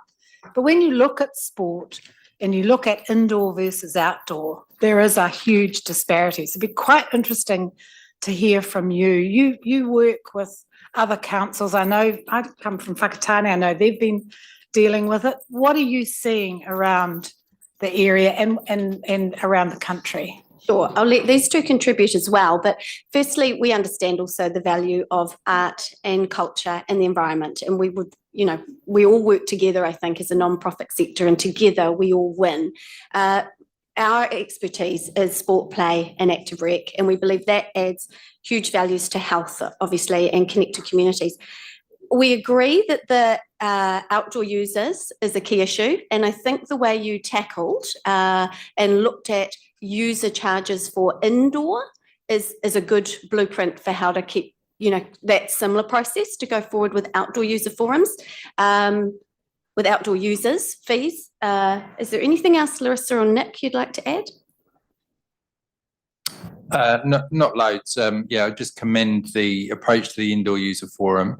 And I suppose our concern at the end of the day is sort of balancing the challenges of the city with the sort of participation statistics for play, active rec and sport. So I don't think there's a silver bullet for the solution. I think it's about a collaborative partnership together, which we experience through indoor user, which would be something we would advocate for outdoor users. But you know, that's all under the umbrella of the challenges that Tauranga City Council and Tauranga City ratepayers and everything face. We have to face them together. So commend where you're coming from and totally understand the reasons behind it. I just think it's how we remain solution focused without letting too much of that participation drop off. But yeah.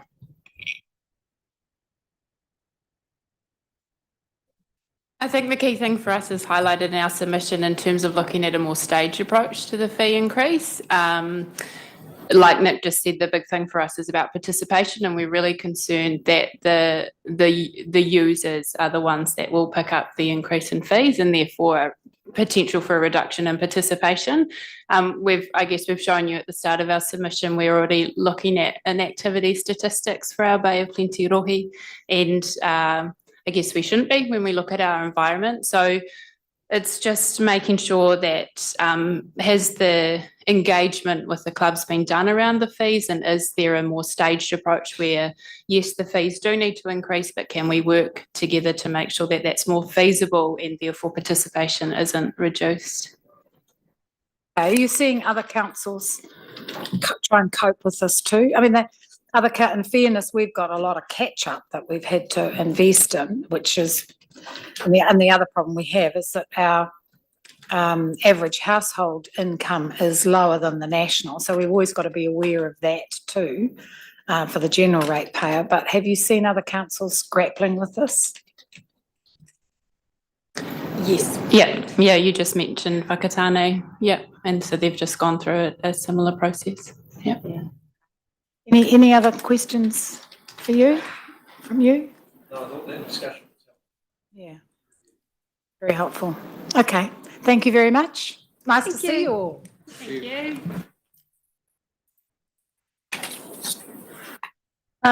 Okay, so now Mr. Green, Ken Green, was it? Here it is.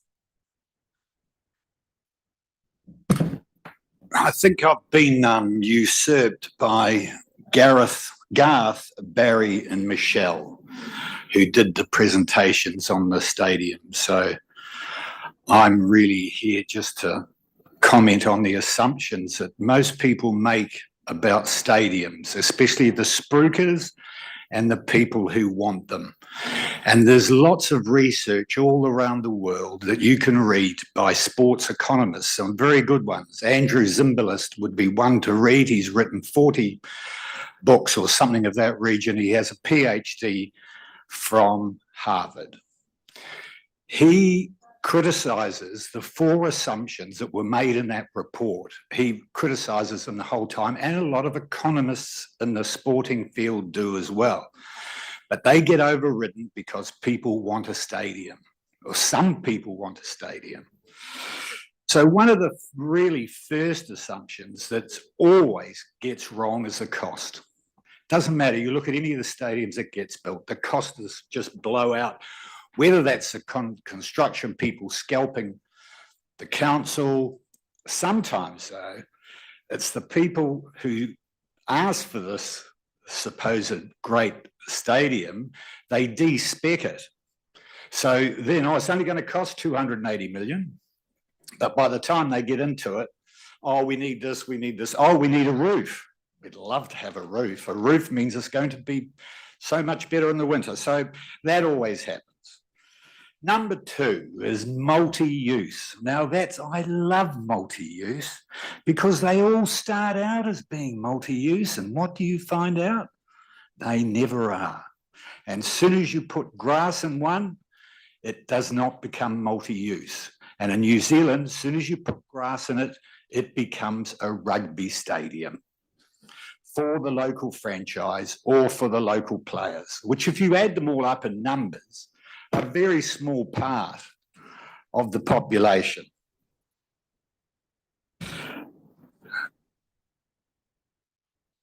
Sorry, I'm just a bit, slow. It's all right, it's okay, you've got time. So the other thing, I think I will run under time.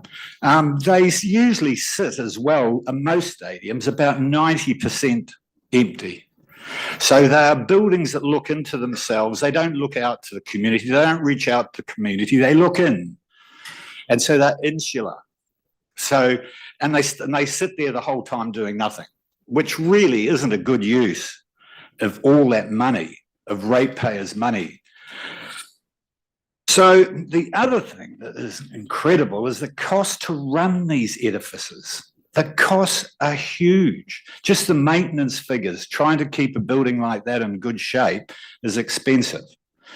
And then you have to have a really good CEO and a team and a marketing team. And they're really essential because they make these promises about how much money they're going to make. Every year they make the promise, we're going to make this much money. And you know what? They hardly ever do. Auckland, I think, Mount Eden has just made money for the first time in years. It loses. It doesn't even have enough money to put into capital costs. Dunedin last year lost 7.1 million. So, you've really got to say to the public, here's this dog, do you really want it? But no, we dress it up in really beautiful, colourful language that's all positive and about how these things are never going to happen, but inevitably they do. And then they talk about the benefits to the community. These are always exaggerated and overstated, and from a financial point of view, they're usually, in my opinion, utter bullshit. When Ed Sheeran was on in Dunedin, they said, we had 100% occupancy in the motels and hotels. Well, it was 80% that weekend anyway. And you know what Paymark said over that weekend, what more money was spent on? Household items and hardware was spent more than hospo. There's also the 1 minute. Okay, there's all this about how much is spent, and but if someone spends $100 and takes their kids to a rugby match, that $100 is spent. It ain't going to be spent again anywhere else. They've spent that money, so you're not all of a sudden finding more money from it anywhere else. But the last thing that I've heard since sitting here for the last couple of hours is if you go and spend that 400 or 500, whatever, or 300 million, whatever it's going to be, that is what I call a lost opportunity. And that's what the economists say. You've lost a really valuable opportunity to do something else. And with our infrastructure problems in the Bay of Plenty, that money's got to be spent somewhere else that's being used all the time for a far better purpose. So what I'm saying to you is number 3, put it on the shelf and leave it for another day when we're feeling really, really wealthy, or we've got someone, the big kahuna, that's going to come up with all that dough. Thank you. All right, thank you very much. Okay, have we got Kate Mays here from, there we are, from NZTA. Welcome. So you've got 5 minutes and I'll give you a 1 minute warning. 1 minute warning. Okie dokie. Hello, everybody. Look, I'm here today just to reiterate NZTA's support for Tauranga City Council and the Smart Growth Partners actually investigating road pricing. And I'm really happy to sort of take any questions that you've got about sort of what we're doing within NZTA. For us, it's just really important that we make the most of the transport infrastructure that we've got and that we really do manage demand. And it comes as no surprise to you that really pricing and other economic tools are a really important part of managing demand that we've got. The issues facing Tauranga City are being faced by many of the other large metros obviously around the country, and that's exactly why other cities are exploring the idea of pricing. And why the minister in a speech only last week said that, the idea of time of use charging is in the coalition agreement and something that's important to be progressing this term and something he wants to actually be getting on with quickly to actually address exactly these sort of situations. So, from our point of view, road pricing is an effective way to manage demand. Pricing is an effective way to manage other utility services as well, and we're already seeing that in telcos and water as well, and that we've certainly seen international experience being that the introduction of road pricing has certainly seen exactly what was being expected around managing demand. And for us, I think the reason that we can see the benefit to keep exploring it here in Tauranga is both to support support that quality of life for people to be able to move around. If you've got choice for people, if they can use the bus, they can use the bus. If they can not make a trip, then they don't need to make a trip. Then it frees the roads up for people who do need to use the roads at the time they need to, and that's for people and for tradespeople as well who still need to be using them. And that means that there is that really economic benefit as well as that individual quality of life that would really support that way.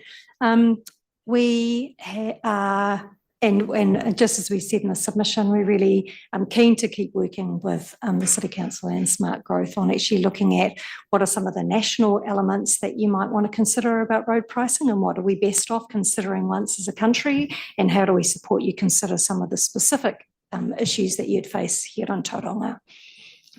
Look, thank you for that. I think two things. First of all, I think we did a really bad job of explaining it to people, and it was clear when we were out and about and you could have the opportunity to have a conversation and explain it, because most people think it's on top of road taxes, fuel taxes, et cetera, and so they're naturally worrying about the cost of living. But also, I think what's come through the submissions, and Stephen's really keenly collecting them all, is some really good issues that whatever the government does with the legislation need to be taken into account. People who have no supermarket locally, how do you account for that? People who have to get to drop children at school because there is no bus service for their children to get to and from school. So, a whole lot of issues like that have come through it. So I think what we will do is we will take all of those out and collate them for the government and say, basically, if we go into this next stage, these are the sorts of things we're going to have to take into account when the legislation is designed, because this is what's going to make it either work or not work, or make it fair or not fair on a large number of people. But Stephen, did you want to comment quickly? Yeah, I just, there's the wider issue too, I'm interested in your views on that. Without road pricing, how else do we fund the level of investment required? Question, particularly given that we've got petrol excise tax already at a high level, with petrol usage declining as more and more of the fleet are either hybrid or electric. So it is a dilemma we face as a nation, let alone the issues in the city. Has NZTA got a view on that, or are you awaiting the work of the Ministry of Transport?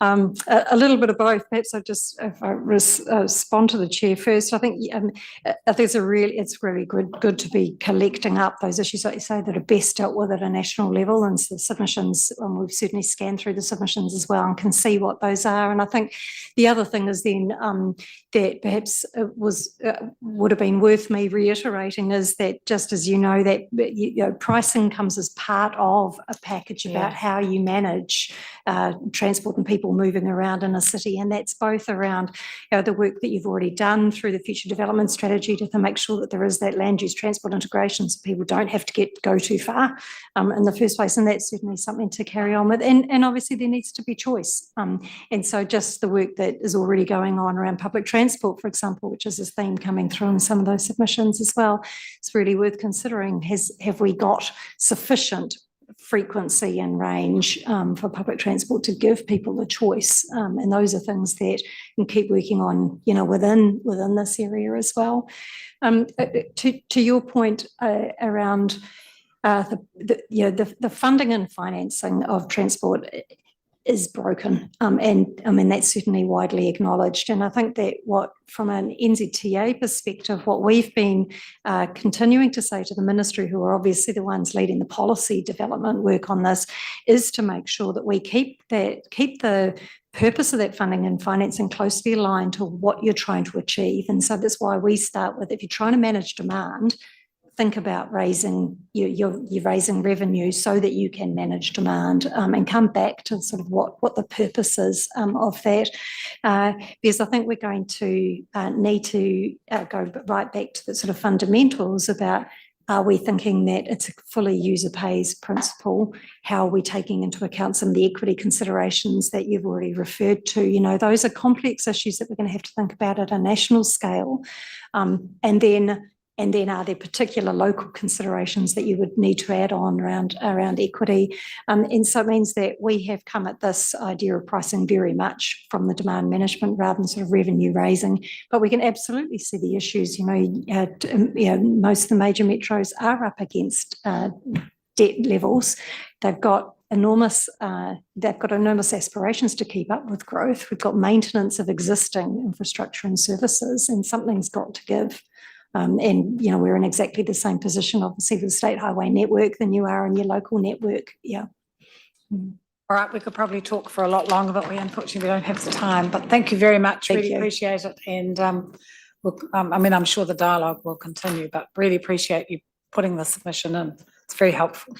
Thank you. Lee Siegel, is it? Welcome. So you've got 5 minutes, and I'll give you a warning when you've got 1 minute left. All right? Kia ora, ko Lee Siegel Tukuingwa. I work for an organisation here in Tauranga called Sustainability Options. We've been working in the Bay of Plenty for going on 11 years now.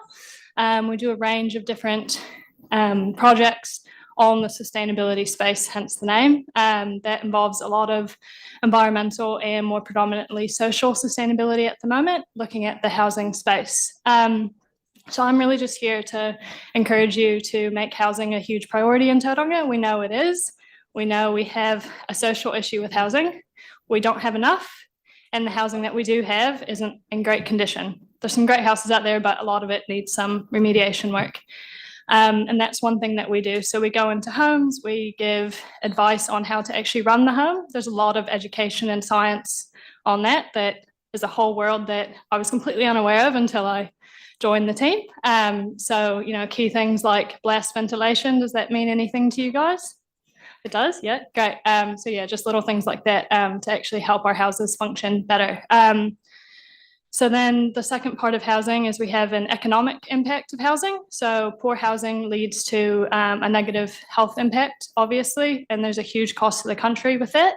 It's really hard to get the figures, but at least $1 billion a year spent on the health impacts of housing, poor housing conditions. So that's asthma, rheumatic fever, all sorts of mold-related illnesses, and your house encompasses all of that.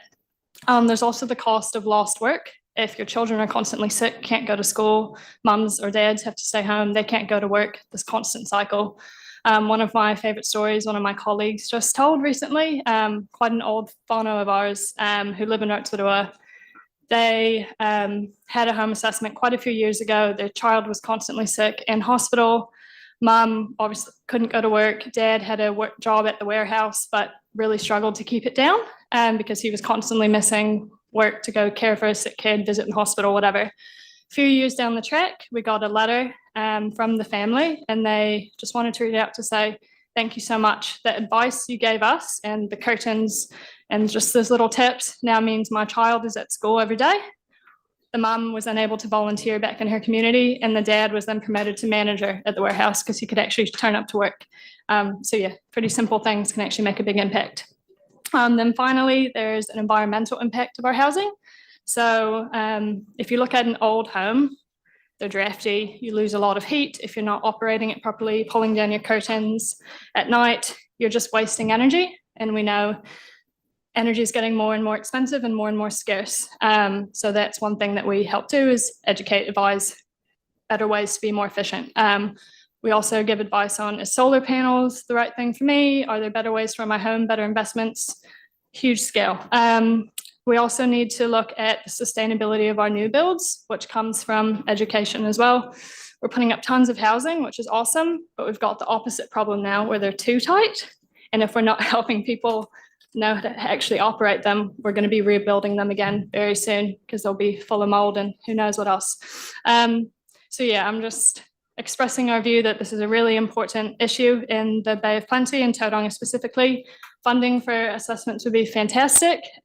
We have support from Rotorua to do the exact same thing for anyone who wants to visit. We'll give advice if it's a new build, if it's an existing house that needs assistance, we're there. But really just any support or sponsorship in any way to just help share that education and make Tauranga a thriving city. Thank you very much. Are you working with our urban design panel? Would be the logical, no. Bill, did you have a question? Thanks, Lee. I just wanted to see whether you'd had any discussions with Te Whara Ora, because they do some funding, but it is it doesn't cover all of the community that you're suggesting. So are they interested in expanding their funding to take that, to allow the sustainability options to take that wider view and input? We're getting no indication of that. The Healthy Homes Initiative through Te Whatu Ora is quite specific in the eligibility for the children, which is understandable being funded by the health system. But yeah, we see so many other people out there. Anyone can benefit from the service, so yeah. But I do think, Chair, in terms of the connection with our urban design panel would be helpful. I've made a note. Oh, okay. Thank you very much. Really appreciate it. Great work. Thanks. As former Minister of Education, I can tell you that truancy improves too with good housing and better health. Yeah. Okay, Valerie Donaldson. Got Valerie here? No, not here. Okay, Mark Dean.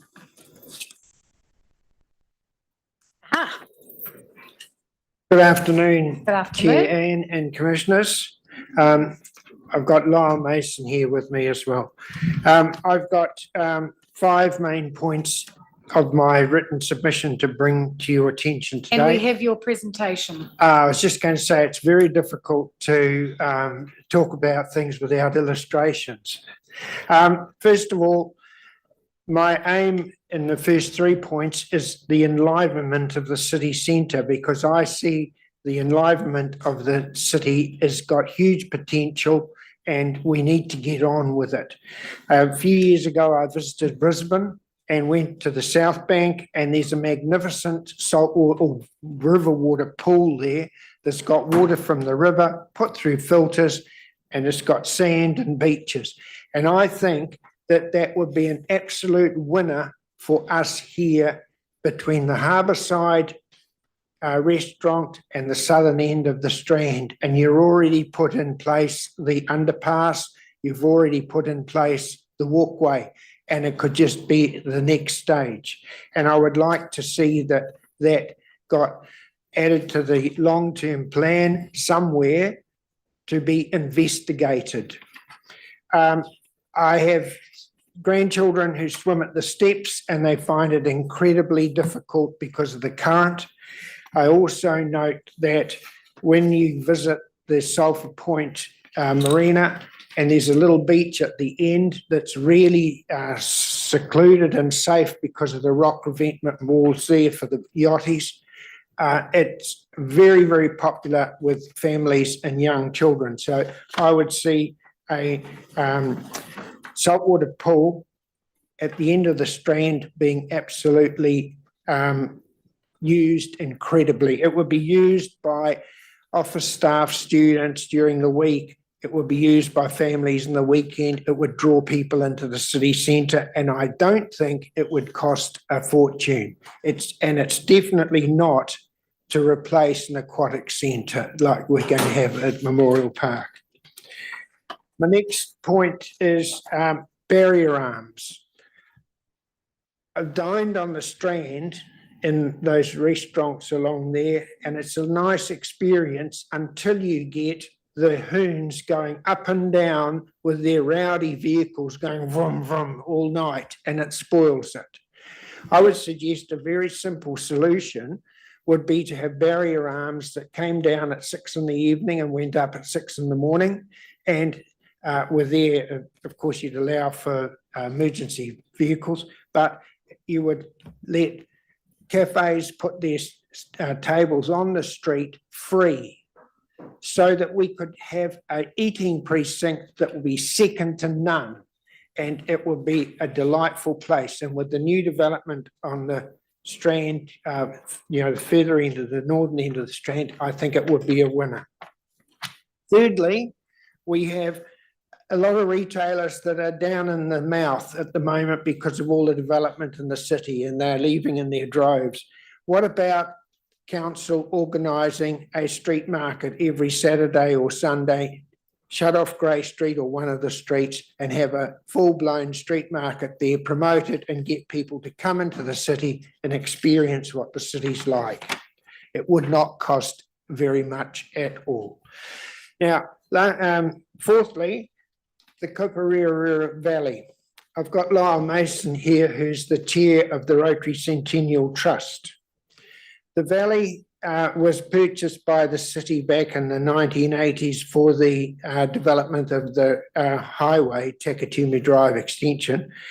And we were left there with 350 hectares of terrible farmland, and it's been restored by a lot of effort from the Rotary Centennial Trust into a magnificent wetland. Dr. Bruce Clarkson of Waikato University expressed at a recent lecture that it was unique to have 300 hectares of potential wetland reserve in the middle of a city, because in the future people have to connect with the environment, and this would be a really good place to do it. The trust was set up to raise money to augment the council's budget, and it's not being used at present. Staff are not using that facility. A lot of money is available for an organisation like that from TECT and etc. lotteries. With that, the trust has raised over 1.5 million in the past and put in over 700,000 plants, including infrastructure like bridges. Now, we need to get the staff of the council to start using that trust. Lastly, I'll just say the Enviro Hub has got a new program called Space for Nature to encourage people in their own gardens to take a little bit of care for nature. And I would really encourage the city to get behind that, as Western Bay has in Katikati and Te Puke. Thank you very much, Mark. Can I just ask you to clarify, because I know the council and the regional council have spent a lot of money on the Koperere Valley. Are you saying that it hasn't used the Rotary Trust? Yes. Is that what you're saying? Yes. Okay. It initially. Which is volunteers? Yep. Volunteer, okay, all right. Can I, sorry. Lyle Holmes is my name. Oh, nice. And I haven't been chair very long, just over 2 or 3 months now, but it's become very clear to me that we haven't got the cooperation, or sorry, that's not the word, we haven't got the communication between the trust, the council, and the iwi that I would actually like to have, because I think those three are the three that are very, very essential to make the whole thing work. There is a presentation tomorrow by Andrew von Daddlesam. Yeah. And I didn't realise that Mark was actually going to touch on this, but I think it's important to actually, I guess, think about how we as a city can maximise the benefit of that trust. And that's really all I can say at this stage. Because I know that iwi work very closely with the council. Yes. And the regional council, but the one that's missing, you're saying, is the Rotary. Yes. Okay. We all have right. resources to raise funds as Right. necessary. And we're but not using them. We're not being used. Okay, all right. Well, we don't often get people coming and offering us, so that you're very welcome. Okay, look, thank you very much. Really appreciate that.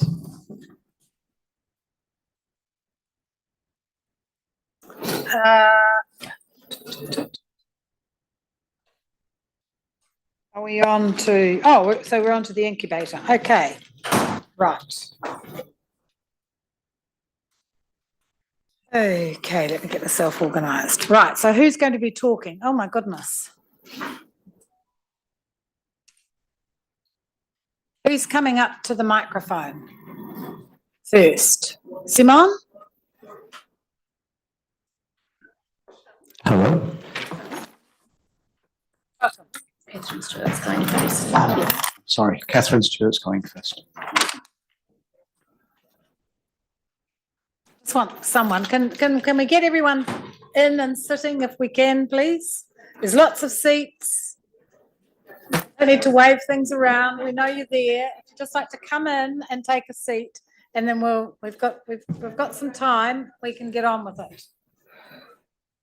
Katherine, is it? Thank you. Good afternoon, Marty and commissioners and staff. Oh, it's going green now. Good afternoon, Marty, commissioners and staff, and also to the amazing community people that you see behind me here. Yeah, just an amazing group of people. Makes me feel quite emotional. Anyway, I'm here because I had a lot to do with the historic village, and I think you need to understand what has gone on in the past and all the hard work by volunteers, donations, local businesses, and people like you see behind you here who cannot afford the rent hikes that you are proposing.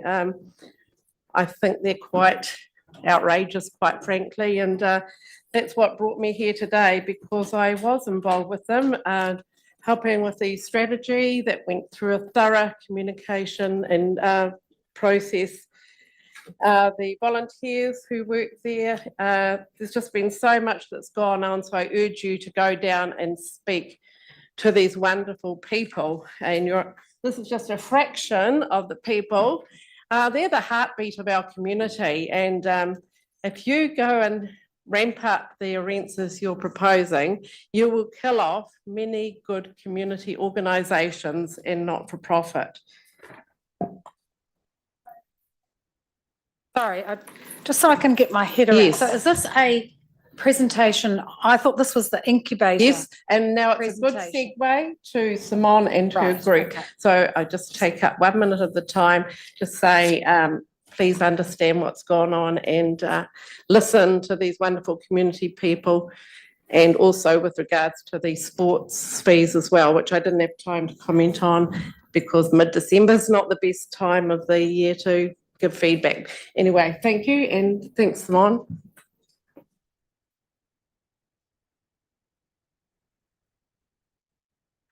Well, no, because they've got a long time, so it's like 45 minutes.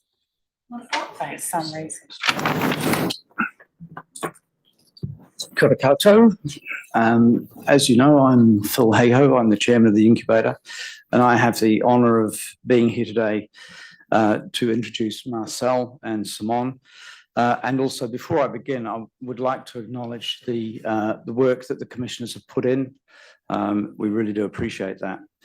We're here to support our written submission and to engage you in the mutual vision that we have for arts and for community in Tauranga and at the historic village, which recognises the value that creativity delivers for our city and ensures that the long-term plan creates the conditions for our creative community to thrive. The Incubator is a key community and economic asset and a trusted partner of Tauranga City Council. From job creation to attracting national and international visitors who stay, eat, play and buy here, from attracting funding to the city from central government to creating pathways to sustainable careers for professional artists, our community spirit makes a significant tangible contribution to the fabric of our city. We play a significant role in contributing to community wellbeing, supporting part of Council's statutory purpose of local government and its legislative obligation to promote community, social, economic, environmental and cultural wellbeing.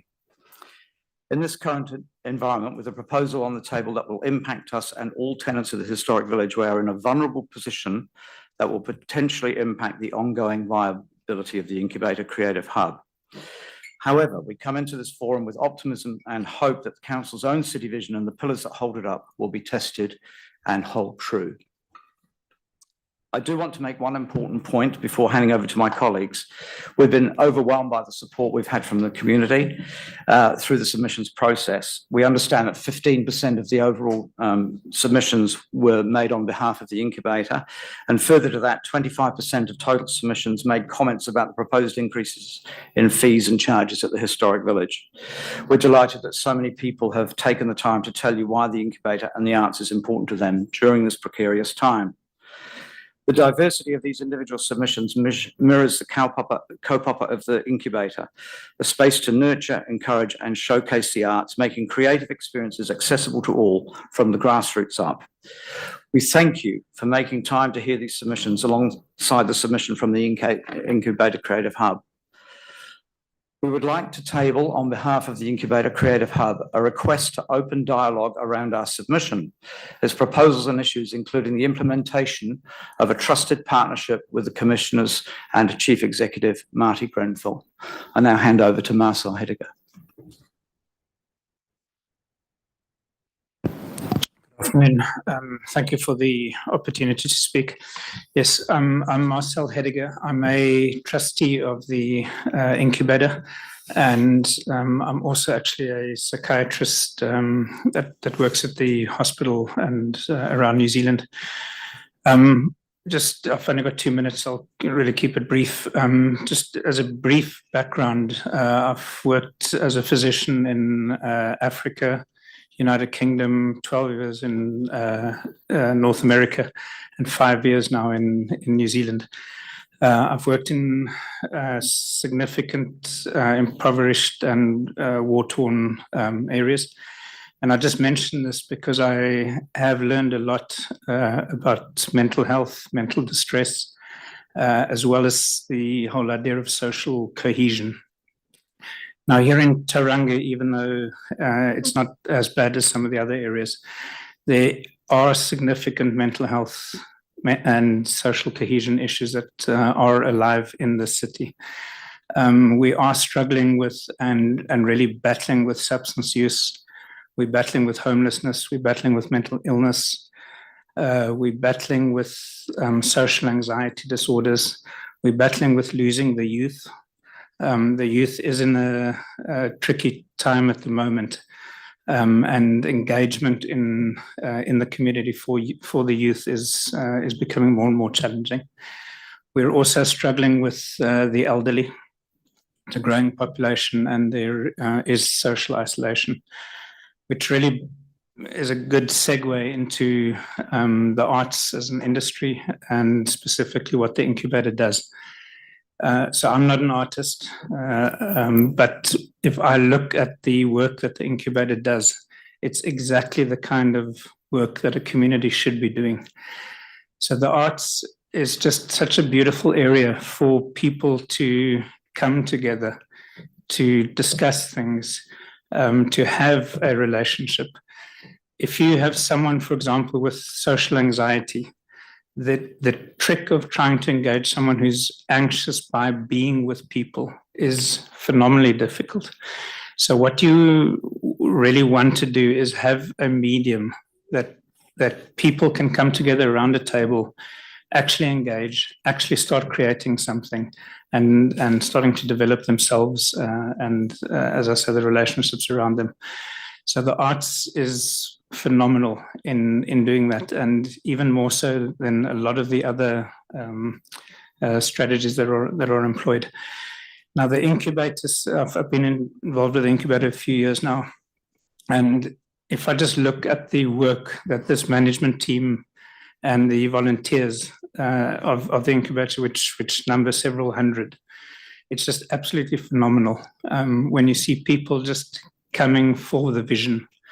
Most people that are involved in the incubator aren't paid. This is an organization that really acts financially responsibly and employs really, really good and financially wise strategies to try and do as much as we possibly can do with the resources that we have available.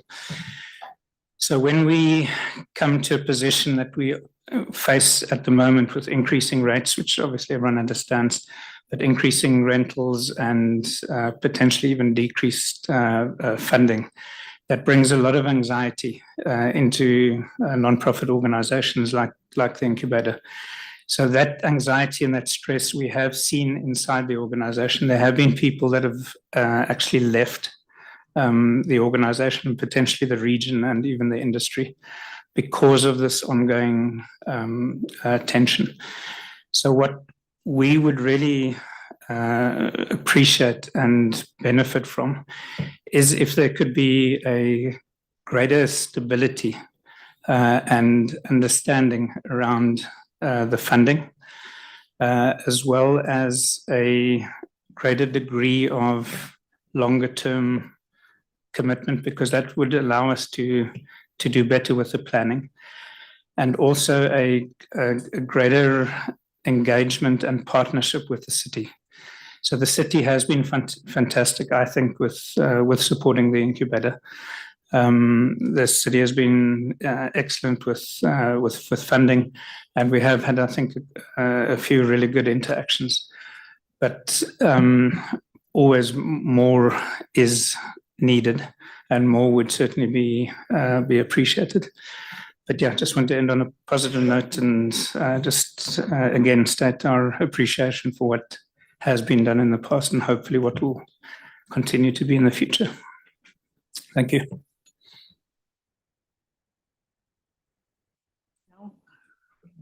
Kia ora koutou. Firstly, I would like to acknowledge those who submitted to support the incubator and those who are here today to support us. We advocate the importance of arts and creativity to be something that we can all experience, and we were overwhelmed by the 318 submissions achieved through this democratic process. Due to the time constraints for this forum, we have 12 people of the 54 who opted to speaking today, and I wish you all thank you sincerely. Not everybody feels comfortable speaking publicly, myself included. I would like to reiterate that the 318 submitters are all individuals, members of this community, residents and ratepayers of Tauranga, whom we encourage but not arranged to share the voices and engage in this important act of civic responsibility. Commissioners, your long-term plan talks of recognising and embracing the need for change, and you've acknowledged that change never suits everyone and that change can be daunting. Investing in the future has significant costs, and in the past, creating places for our communities to connect was kicked down the road for someone else to worry about. We embrace your appetite for change, and we share the belief that Tauranga is a city where we foster creativity and innovation and where we celebrate our arts and culture. The incubator submission invites you to be innovative and creative and work together to find agile solutions that can overcome some of the hurdles and activate this change. Your inclusive city strategy highlights this opportunity, and I quote, empowering change makers to create a vibrant city, and your city vision, together we can. Together we can create the change that our city needs. But change requires vision and commitment. Well, determination and ambition is in our DNA, and we've had to draw on years of this as we worked with Tauranga City Council to breathe life into the historic village and create a destination where everyone is welcomed, visible and valued. We're at this crossroad now with the proposed lease charges and the increased OPEX charges, and also into the way in which council funds community organisations. The proposed charging regime to recover the CAPEX investment and the new OPEX structure is unrealistic, and this commercial thinking puts that vision and future of a vibrant city at real risk. We're grappling with a plan which will make the historic village inaccessible to so many community organisations. These costs are not sympathetic to the funding environment we work in. Securing adequate philanthropic funding is already an increasing challenge. Tight budgets are a necessity for all of us, not just councils. This plan seems to us to reject the fact that the historic village is a flourishing community-led hub and should be accessible to as many as possible. As noted in the Te Papa Spatial Plan, the historic village is described as a community hub with a variety of activities and services accessible to the local community. We understand that rates alone cannot cover the increasing infrastructure and climate change costs, and we know that fiscal restrictions of this makes it hard for you to deliver for the community. We're all in the same boat, working with the same challenges. We see greater community need and shrinking support. However, through partnership and creative thinking, we can still achieve an ambitious vision together. There are more ways to skin a cat. We ask that you consider that this is a situation where it's not only what you can get from us, but what we all give you, and measure the impact of the enormous social outcomes. We work tirelessly and responsibly to ensure that our funding enables momentum and results. We take a positive approach to fundraising, ensuring a diverse range of revenue streams across community and philanthropic trusts, private giving, commercial sponsorship, and the hours and hours of volunteer time.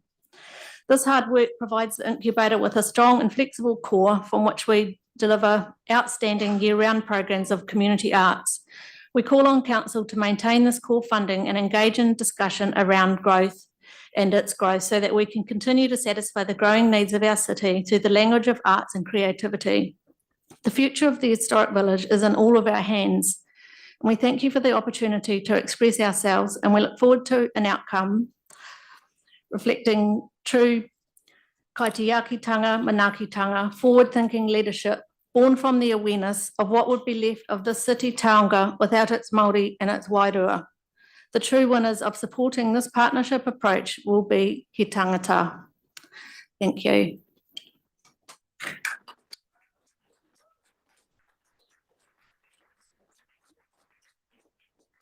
So I'm just trying to get my head around how you want to manage this. Do you want us to talk to you about your proposition, or do you want, you've got 12 speakers, I understand? Very short. Do you want to have those speakers? I think if you'd like to call those speakers, and then if there's any time at the end, we could answer we can some have a questions. conversation. Yeah. Okay. All right. Let's do that. Thank you.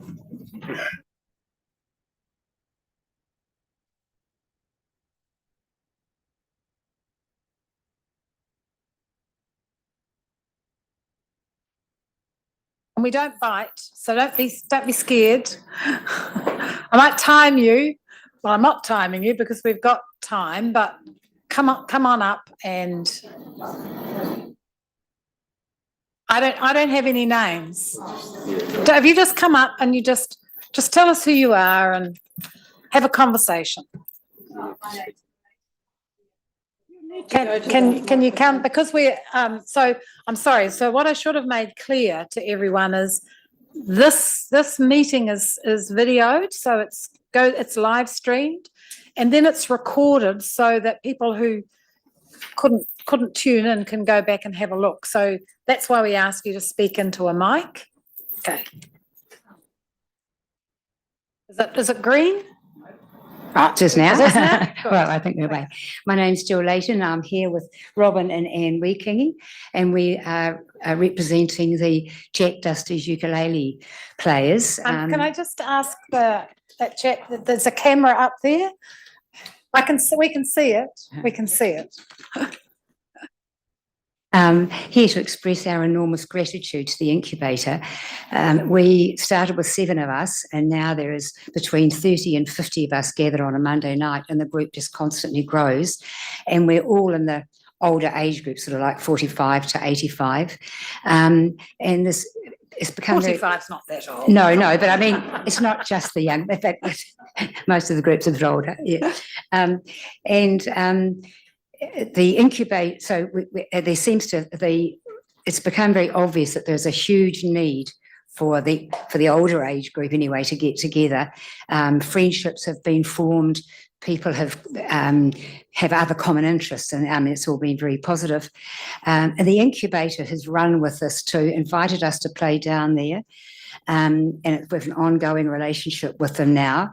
And that's given people who have never performed before the confidence to now perform in public. I mean, it's been absolutely magic. And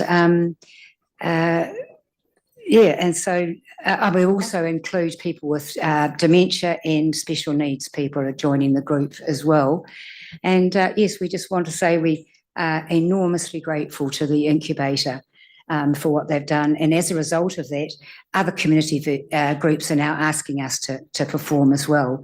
And if we have any paid gigs, Going to have a little tinkle. yep, and if we have any paid gigs, the money will go back into the community. So it's been a real win-win.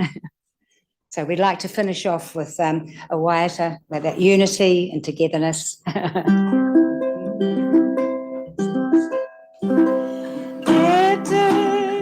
Oh, sorry.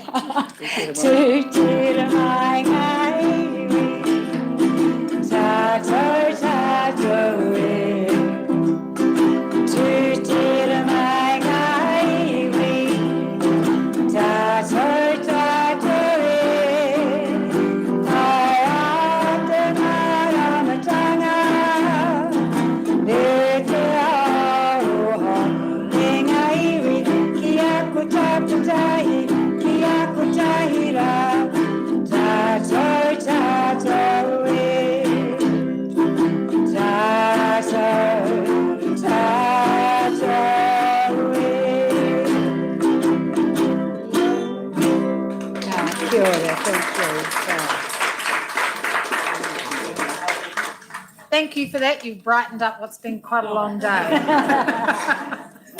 Okay. Kia ora. Kia ora. Nau mai, it's mata. Nau mai, hara mai, toku hapu, toku iwi. We gotcha. Kia ora. I'm going to stand if that's okay. Yeah. Is the microphone on? Yes, the microphone is on. We want. Tēnā rā koutou. Ngā mihi mahana kia koutou, kua noho i tēnā, e ro tēnā pari te ahiahi nei, ko Hayley Smith, tōku ingoa. I'm currently the kaitiaki of Okorore, Ngā Toi Māori Gallery, Faulkner House, a Tauranga City Council heritage building that has been gifted to the incubator some years, 7, 8, 9 years ago. The council took great pride and pleasure in gifting our whare tupuna, Faulkner House, to the incubator so that my iwi, my hapu could thrive amongst what is the historic village under the incubator umbrella. Everybody standing behind me today is a paying resident, an artist that funds the village and all its creativity, all its delivery, all its voluntary hours and service to your community. Pari huri tau kia koe o korore. The incubator has got 180 years for us to celebrate. 180 years, Okorore, Ngā Toi Māori Gallery. Over 7,000 descendants of this moana stem from the loins of Korore, John Lees Faulkner, the colonial forefather, who had children with Rua Wahine, 13, 14, 15 in number, the chieftain princess of Ngāi Tūkairangi, Ngāti Rangi Iwi. And so began the requirement of infrastructure for Tauranga Moana. Seated in our pa under the guidance of the incubator, our hapu, my iwi, that is the collective, the fabric of the society, that is the puku of the historic village, the Incubator Trust. The history of the whare itself deeply ingrained in the heart of our infrastructure. Faulkner Pharmacy, Victor Smith Transport, Faulkner's Corner, Bill Faulkner, a councillor for 21 years, as I understand, and now we have seated at the table Commissioner Rolleston, an uri of the Whare Tupuna Faulkner House. We have the potential to thrive and continue to set pathways, to continue to bring our art, our toi, our history of Tauranga Moana, our fabric, our people of this society, to delivering many kaupapa to your community, voluntary hours in service that we pay, that we fund, that we deliver on behalf of your community. My $7,000 rent increase is going towards water and ablutions, neither of which I have in my space. I walk 90 metres to the toilet, a public toilet, and I don't have running water. So I'm having trouble, I'm having anxiety, struggling to understand how the CapEx and the OpEx can be dropped on me, a servant to our community like our forefathers before. I couldn't equate the amount of voluntary hours I have poured into the history, and the people I have nodding, and the people I have crying, and the people that make Okarori a destination, to connect, like all the people behind me, allowing space for strategic engagement for art and toi in our community, that we can hold a Māori toi gallery in one of the oldest colonial homesteads that this community has to offer. You must allow us to hold the space as a whare tupuna, as a community of champions delivering whakapapa genealogy to the people of Tauranga Moana, holding space for Māori art, for toi, for everything that is our people, where we started 180 years ago, and we will hold the resistance for many years to come. Why am I chosen to lead our people? My hapu, my iwi of the incubator? Because I have been here before. My people have been here before. And it shows. Ka mihi nui.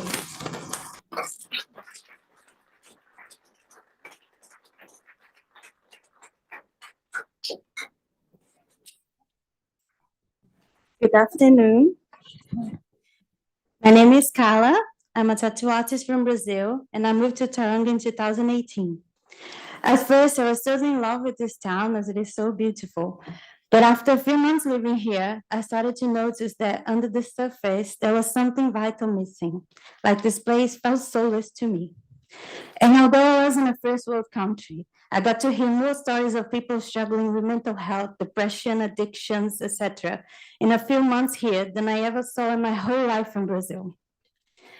There is something Brazil has that Tauranga needs more of. What I'm talking about is inherently human, is expression, authenticity, is the feel of truly being connected. It's the sense of community, of belonging, it's multiculturalism, it's vibrancy, it's the happiness that is contagious because it's real. These aren't things that can be achieved only by building fancy flash buildings. What I'm talking about is something organic. It comes from the people, from the communities, from the local artists. The only place I could find this magic in Tauranga is the historic village, thanks to the work of the incubator. It's a special place where people from all demographics, ages, gender, ethnicity can enjoy and belong. It's a breath of fresh air to me. It's like everything that's truly alive and invaluable. It needs to be nurtured to survive and thrive. I do hope the commissioners understand the value the incubator community brings to Tauranga. It's the heart and the soul this town needs. It's truly special and it deserves to be protected. Thank you.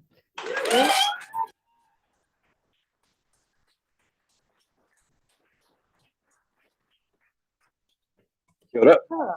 I've brought something a little bit different for you today. Hopefully spice things up a little bit.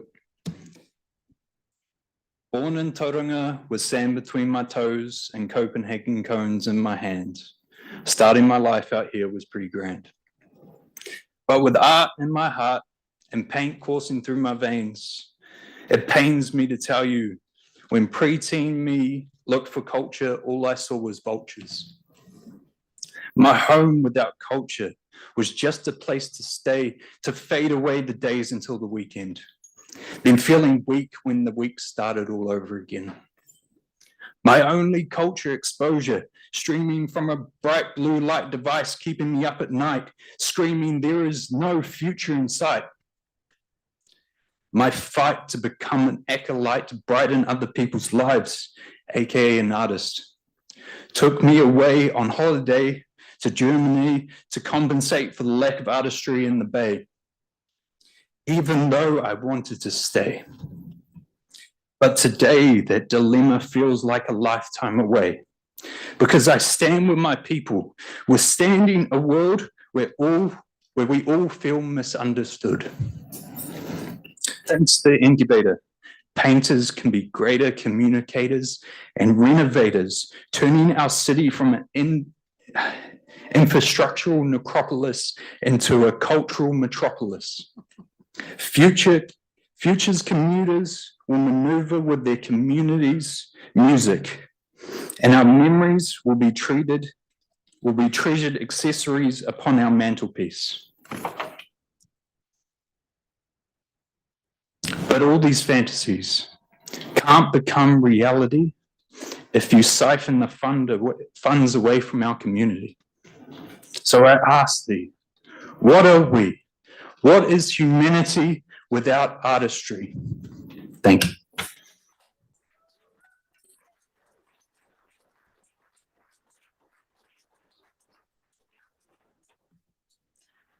Kia ora, 大家好.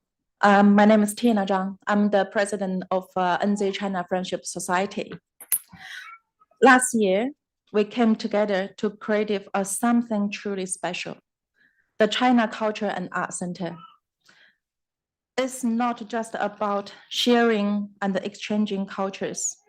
It's about building a home away from home for our Chinese community. Our center stands as a beacon of culture exchange and the community spirit. The historical village isn't a typical commercial hub. It's a vibrant gathering spot where human connections and the cultural dialogues flourish. Here, we celebrate our heritage, sharing our stories, and foster friendships, all in the spirit of bringing people together. We love our new home.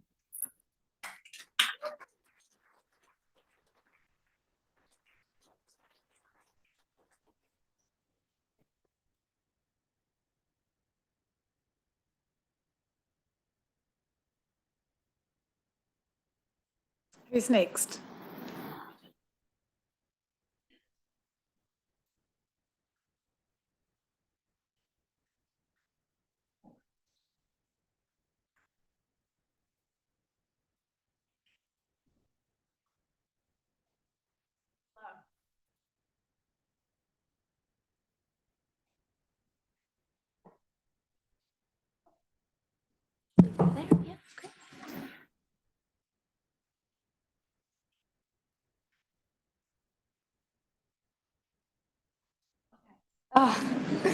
Hello, my name is Sequoia.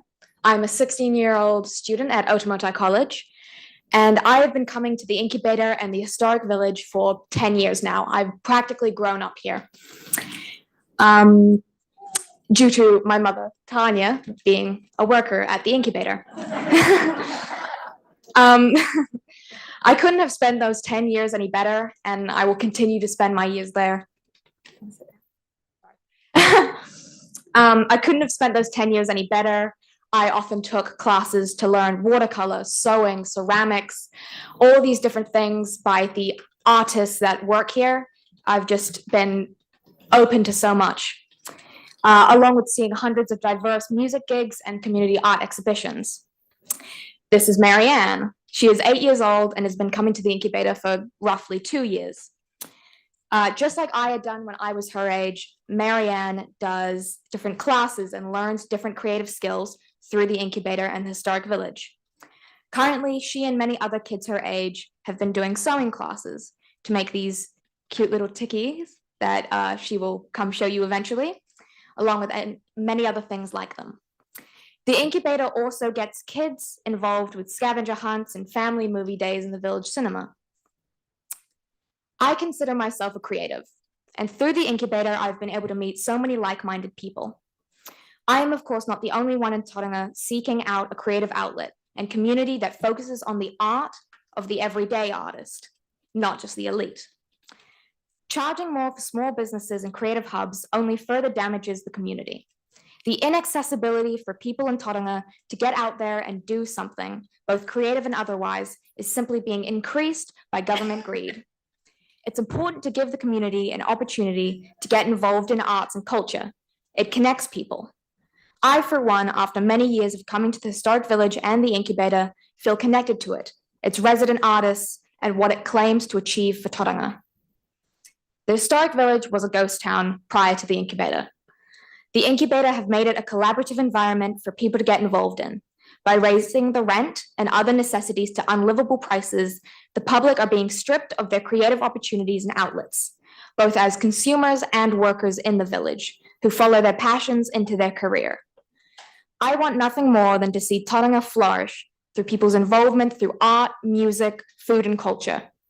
Through its festivals, cafes, stores, markets, exhibitions, and gigs, the historic village is making my dream from my home city a reality.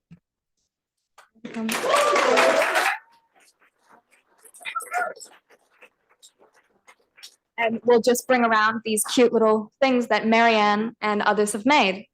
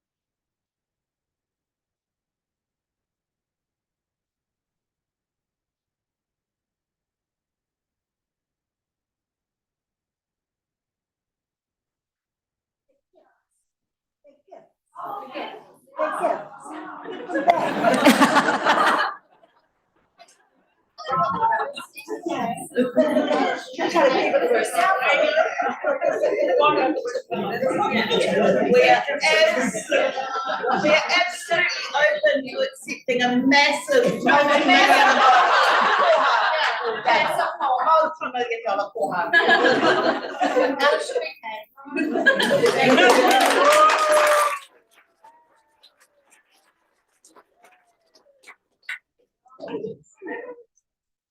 Finished. Kia ora koutou. My name is Sheree Anderson, and I'm here today to represent a certain group of youth from Tauranga, and those are vulnerable youth. Youth for whom the incubator is providing an opportunity that they can't otherwise access due to health, be that mental or physical health. I work at the Northern Health School. I'm not sure if any of you are aware of it, but many moons ago it was the hospital school, and we're a state school. We provide educational access to students who, for whatever reason, are not able to attend school full time.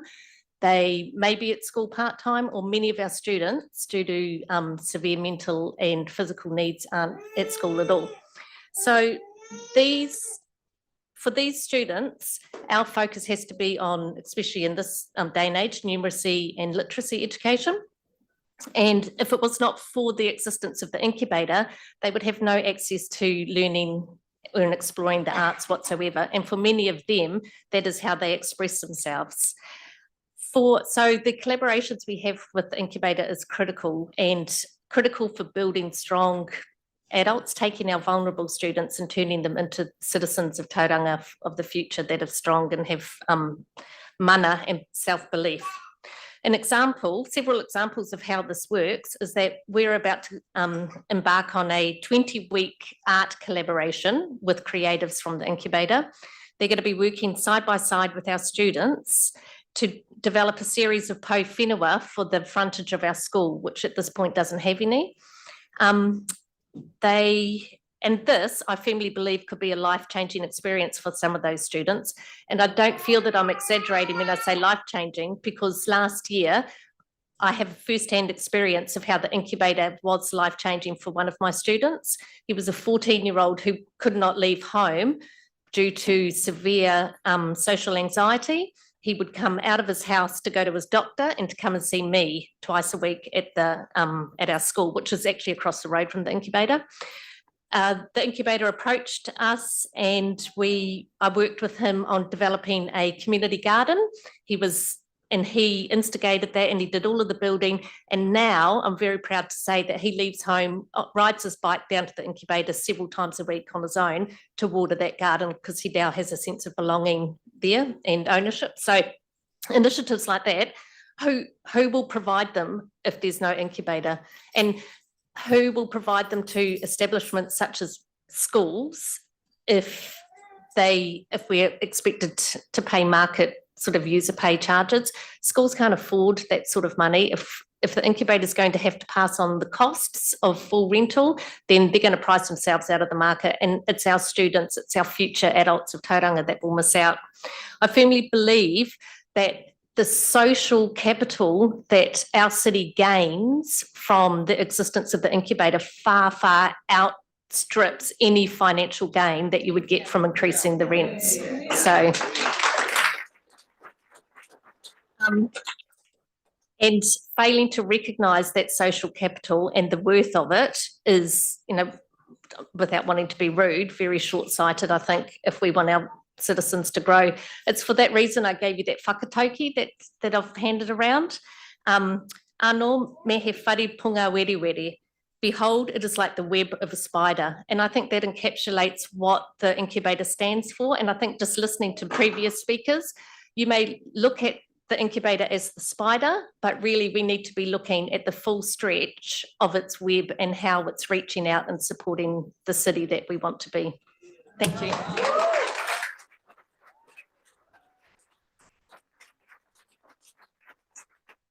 Can I just check how many more we've got? So we've got 15 minutes. We're going to fit everyone in? Okay. Okay. Kia ora koutou. My name is David Henderson. I'm an art teacher at Ultimotai College. I agree totally with what Sandy was saying about that web, that metaphor. Definitely see it in my school. The incubator is a creative hub that gives students a spotlight and an understanding of exhibiting art in the community. It is a way of the wider public connecting with students. Many students exhibit their art through the People's Gallery, and this creates a buzz for our students.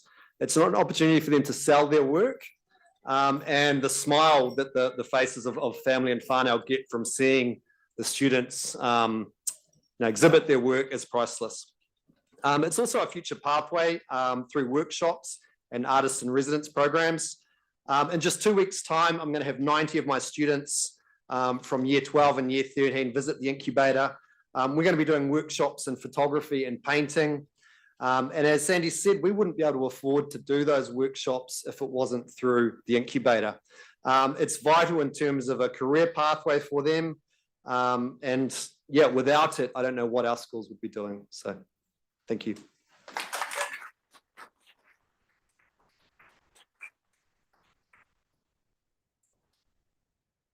My talk is 3.5 minutes. I've tested it. But I do get a bit nervous. I am dyslexic as well, so So I've written it down. Good afternoon, everybody, and thank you for listening to us. My name is Sue McDougall. I stand here before you, and not as an artist, as you can see, but a passionate person who vocates the Artist Window Gallery in our beloved historical village. Having been involved with this gallery since its opening just a year and a half ago, I have witnessed firsthand the incredible impact it has made on our community. At the Artist Window, we are proud to host works of 46 talented artists, providing a platform for their activity to shine. What sets us apart is a community to accessibility. We are open 7 days a week, offering a space for art lovers to indulge in the passion of every day of the year, except for holidays like Christmas and Easter. In Tauranga, where else can you find such a dedicated and accessible art gallery, I ask you? Where? I can't. Maybe you know. I don't.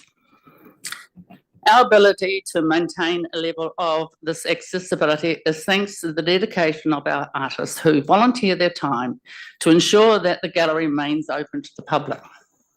It is a labour of love driven by our collective belief in the power of art to enrich our lives and to build communities. However, despite our best efforts, the reality is Tauranga is lacking adequate representation when it comes to the arts. Beyond the office under the umbrella of the Incubator at the Historical Village, there are very, very few options. I don't know of any in Tauranga City where there are to engage with the community like we have. Yet, despite our related new status, the art window has begun to make waves. Visitors, both locally and from afar, have responded enthusiastically to our gallery, expressing gratitude for the opportunity to express and purchase art in our vibrant space. Even cruise ship passengers make a point of coming to us. As I saw today, 2 big, huge busloads. They contribute to our sales and spread the word about our gallery, not only just in Tauranga, but overseas. We won't have that soon. But our future hangs in the balance. Currently, the Incubator funds the art window by a tune of 95%. However, with the looming threat of the rent increases, this vibrant support may no longer be available. If we lose this funding, Tauranga will be left with a central hub without a central hub of art, a devastating blow to the cultural landscape. What do you think of that? So I urge you all to stand with solidarity. Let us raise our voices and rally support for the preservation of the artist window. Together, we can encourage that Tauranga continues to be a vibrant, accessible arts centre with generations to come, with the boldness with walk. And what does Tauranga's new vision, a city vision is? What is it? Tauranga, together we can. Thank you for your time.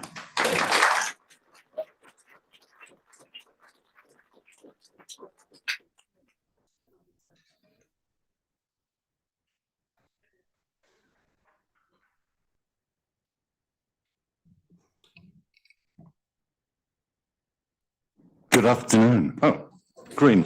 Good afternoon. My name is Derek Jacobs. I do appreciate the opportunity to submit to you on behalf of the Incubator.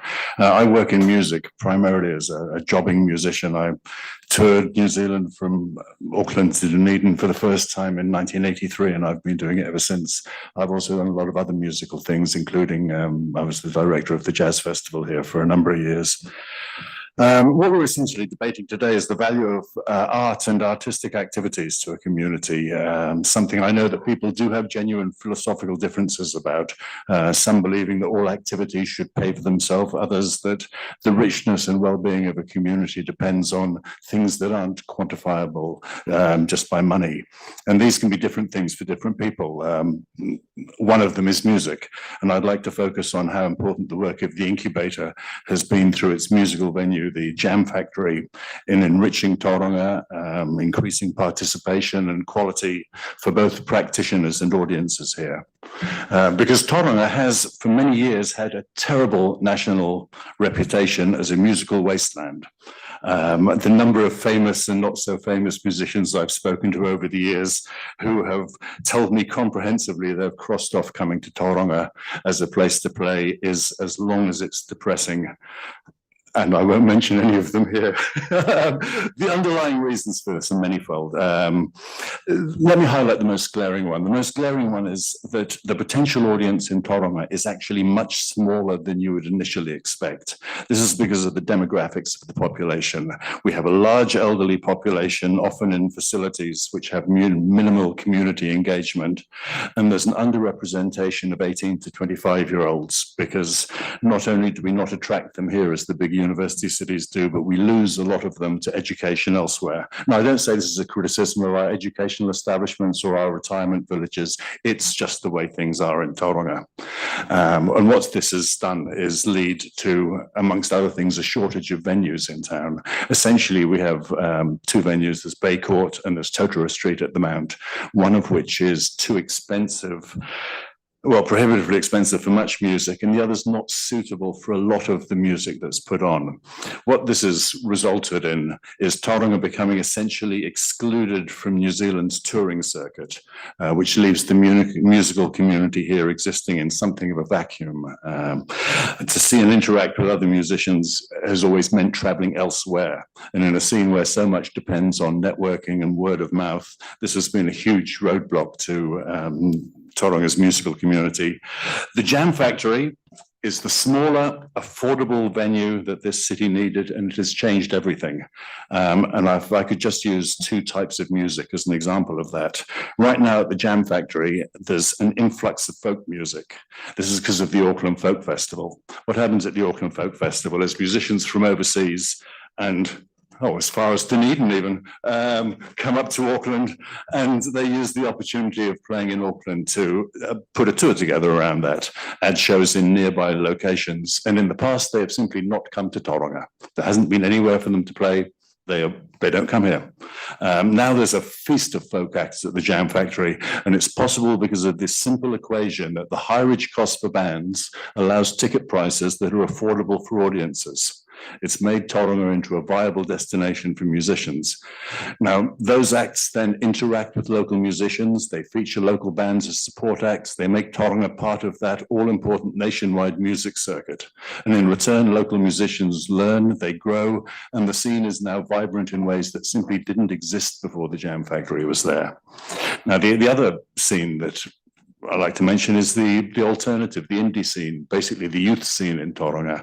Now, the affordability of the Jam Factory has led to a whole host of shows down there, joint shows where bands combine to hire the venue. These are new bands, young bands, bands who don't have a sufficient following to play somewhere like Totara Street. And this is an opportunity for them to learn. Sure, I mean, they would normally put on shows in their garages, or there are bands playing under the Harbour Bridge, but this is a place where they can go, they can work with professionals, they can be seen in a professional venue, they can learn from the brilliant volunteers at the Jam Factory who are all serious professionals in their own fields. And amongst these joint shows, the ones where they invite bands from Hamilton, a band from Wellington got invited up recently. In return, that's led to these bands being invited to play around the country. And a scene that was once moribund is really flourishing in Tauranga. But it's a fine balancing act. I believe that looking upon having reduced rent for the historic village is being looked upon as subsidy is the wrong way to perceive it. It should be viewed as an investment in musical and cultural well-being of the town. And the people at the Incubator They've shown they can make a difference to the city, but like everything that's new, every tendril of growth, this is a rare and fragile thing. And I would urge you not to kill it, don't tinker with it, and please don't endanger something which is really demonstrably making Tauranga a better place. Thank you. Simone, we've got 4 minutes left and then we've got other people scheduled, so. I just want to make sure that everyone gets a turn. I know. Can you hear me? Yeah. I sit before you as a health professional, someone who's been a long-term supporter of the incubator for the last 10 years. I work at the hospital, which is literally a short walk away from the historic village where the incubator is. It's a great position for all staff, all patients, family, friends, whoever needs some time out, some space to, you know, explore creativity and arts to go. And I think that's a really important point, is the position of where the hospital is in relation to the village. After 30 years of working in health, I know from my experience, and it's been proven in buckets of research, that all people need a supportive community, connectivity and creativity to flourish and feel well and, you know, connect with other people. The incubator gives this in bucket loads. It supports everybody that comes into its realm. So I asked you to support the incubator and what they need to do. It's a place where you can connect with others, explore diversity, people feel safe. It's a place where it's accessible for all people, not just some people with a little bit of money. A place to explore or your own creativity or observe someone else's creativity. And community and connectivity are central to a human experience. If we don't have that, who are we? People who have that community and connection make better and healthier life choices. It's been proven by all the research. So if we can find places where people can explore that, we're looking at healthier, happier people. And who doesn't want that for Tauranga? It's facing some terrible health challenges at the moment. And I know that because I work amongst it. The Incubator Hub is a wonderful and unique place which incorporates all the things we need to be really happy human beings. And it does it just in its everyday work. It's not doing it. Everybody explores that in the work they do there. Why would the council want to dismantle this? So much of what people need is in this place. The council needs to support the incubator, acknowledge the amazing work that it does and facilitates development and growth. Please continue to support the incubator. The health and happiness of all our community depends upon it. It really does. And what I say to you is connectivity, community and creativity, not cuts. Thank you.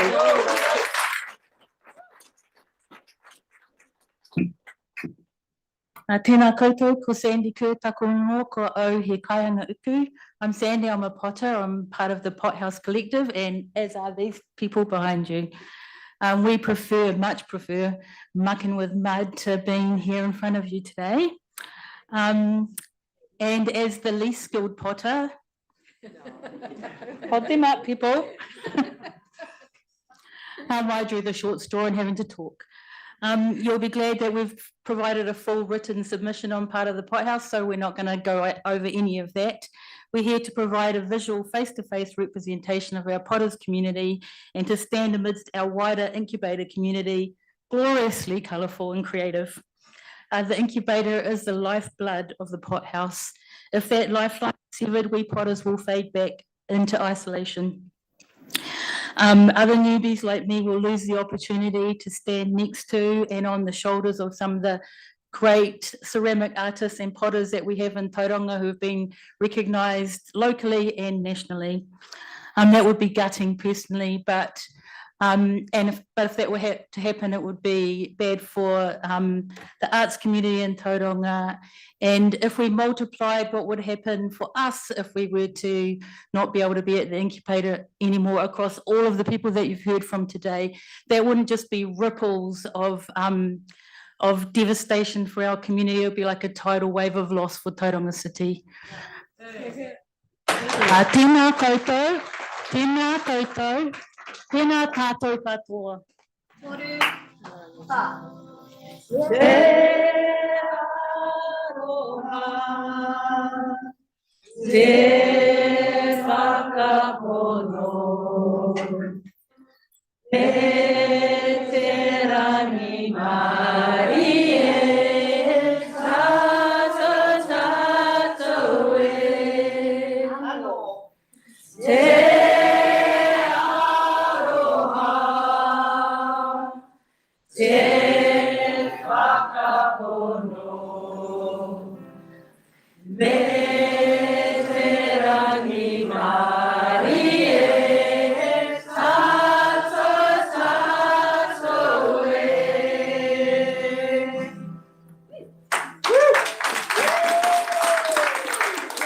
Simon, I think we described the 2021 31 LTP with the arts community standing up and roaring. I think that's how we described it. You could probably then describe the 2024-34 long-term plan as the well-being of Tauranga, from arts, sport and culture standing up and roaring. And it's a signal to some in the community who think that all of this is nice to have and that local government's role is to focus on roads and pipes. But, you know, what you've shown us today and what we'll see in front of us over the next couple of days is that actually local government is about people. It's about communities. And so, you know, that's the task in front of us, because we do have to balance the budget in the end. But what you're saying to us, and we're hearing loudly, is that the core of any community is people. Okay, thank you very much, everybody.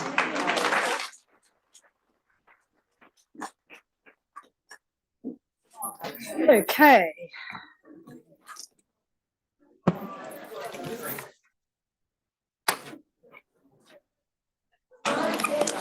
So we haven't quite finished with art because we've got Liz Cooper from Font is next up, if she can get her way through. Excuse me, sorry, but we've got a whole lot of other people. So if you could just quieten.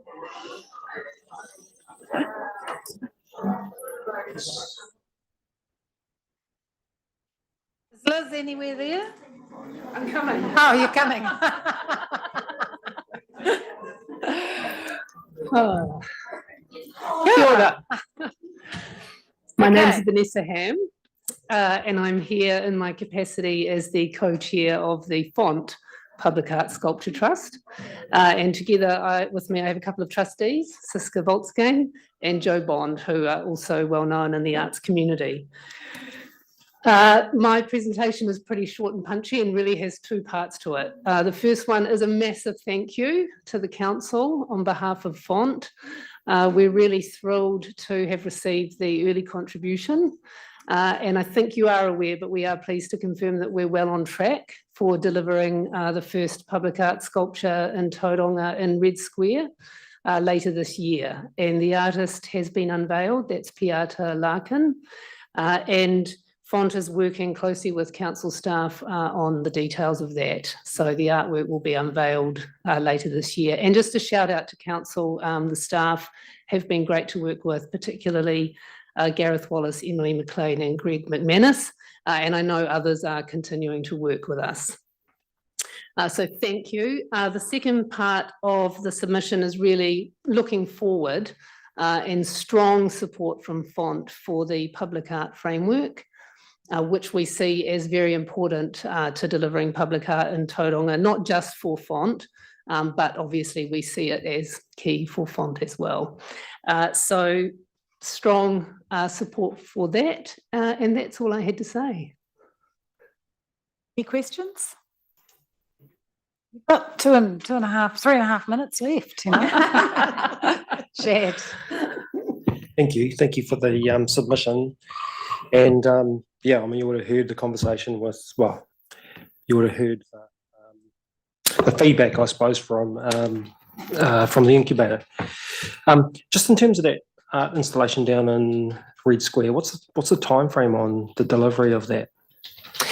So we were originally looking at May, and we have been liaising with council around other things going on at that time. So it may push into June. Yeah, just that's more of a coordination issue than anything else. Yeah. Fast, really, isn't it? Yes, yeah. No, we're really pleased. We were, as a trust, we were questioned on the timeframe early on as whether we were too quick, but we said no, it's got to be in place before the commissioners leave. And the curatorial advisors that we have worked quickly. We put the expression of interest out. We had a great response.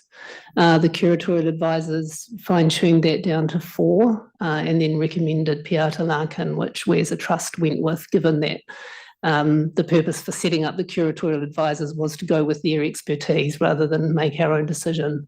And the proposals were required to come with sort of manufacturing specifications, and that's all looking on track. And so the question that I have is, I mean, you know, it's just fantastic and really look forward to it. But are you confident you're generating the interest from others in public art and funding public art and supporting public art? Yes, it is going to be a journey, and we've done some work around what that looks like in terms of a sort of a 10-year plan for us in terms of potential, not down to the specificity of actual sites, but broadly where artworks might go and then who potential funders might be for those. And we have had loose expressions of interest, people that we can go and have further conversations with. So we anticipate that we would be approaching private funders, but also looking to support that through applications to the public art framework as well. And I know that the staff are looking, particularly the green necklace, and identifying places where public art might be. And you're working closely with them on that? Yes, yes. And we will work with Mana Whenua closely on that too. Yeah. Barbara's sitting there nodding. Oh, I see. Oh, you're both in there. Tucked away quietly. Yes. I got the thumbs up, so. Bill. Thanks, Anne. Vanessa, I just wanted to check in terms of any engagement or connection with the urban design panel. Yes, I can't speak to that specifically. I know that there's a broader team at council looking at the artwork, and certainly that includes landscape architecture. So it may have pulled in the urban design stuff as well.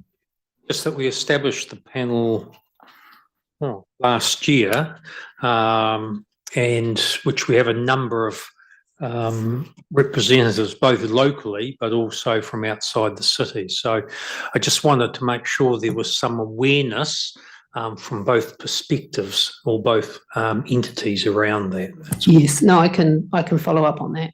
Because you can see from 90 Devonport the input, and I think there's some other buildings around. Yes, yeah. It just helps everything to be anchored, connected. Yes. Yep. All right, nothing else? Thank you very much. Thank you for the work that you're doing, and look forward to many, many more public art installations around this city, which is so bereft. Although we're doing a good job. We at the hope to moment. change We're that. getting there, yeah. We will change that. Thank you. Thanks very much. Okay, Nathan Wansborough. We have Nathan with us? Oh, he's online. Okay. Okay. Hi. Can you hear me? I don't think we can hear Yes, I you. can hear you. Oh, right. Okay. So the camera for us is up there. So we're looking at you here on screen. The camera's up there. So Nathan, you've got 5 minutes, and I'll give you a warning when you've got 1 minute to go. How's that? Kia ora, thank you. That's perfect. Kia ora koutou. Thank you for having me and letting me share my feedback with you on the Tauranga City Council long-term plan. And thank you for doing the technical mahi to allow me to remotely join this meeting. I will just a bit of background on me really quick, just to give you my perspective. I'm a quantity surveyor working on commercial construction around Tauranga and the Western Bay of Plenty. I have also been living in Tauranga for over a decade, so I've done schooling all through my tertiary education into the workforce in Tauranga, and I'm currently working in Mawao down in Arataki, working on some residential retirement apartments, and the built environment is really important to me. It's obviously my career, and it's my passion, and it's just a really huge part of my life. And to start off with, I would like to first focus on two of the areas of the long-term plan that I think are really fantastic and I'd love to see implemented, but have a similar issue. I have a similar issue with both of them. The first one being the sale of the car parks to fund the Te Manawataki o Te Papa project, sale of the couple of car parks that Tauranga City Council own in the CBD. And then the second part is the introduction of congestion charges around Tauranga CBD and during the peak times on our main thoroughfares. So, like I said, I would really like to see both of these things happen. The sale of the car parks into the private space potentially allows for those to be more competitive. The supply and demand will just drive those prices, I assume. And the congestion charges, again, another great way of disincentivizing driving around our city. We know that the congestion problems are massive. It's really hard to get around our city. It's become increasingly harder to get around. However, my concern with both of these options of really disincentivizing the use of personal motor vehicles is that we don't have a viable alternative at the moment. Our bus system is poor. Having used it, like I say, all through my my study and through tertiary education into the workforce, it's not a viable alternative to driving at the moment, unfortunately. And so, with these investments or these revenue streams that will have the really awesome sort of secondary effect of disincentivizing those commuters in their personal motor vehicles, we need to sort of come at it from a different.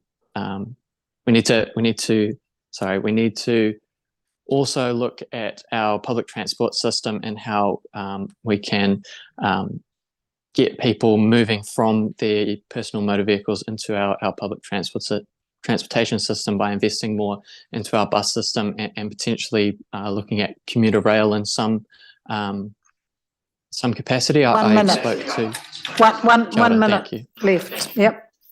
Thank you.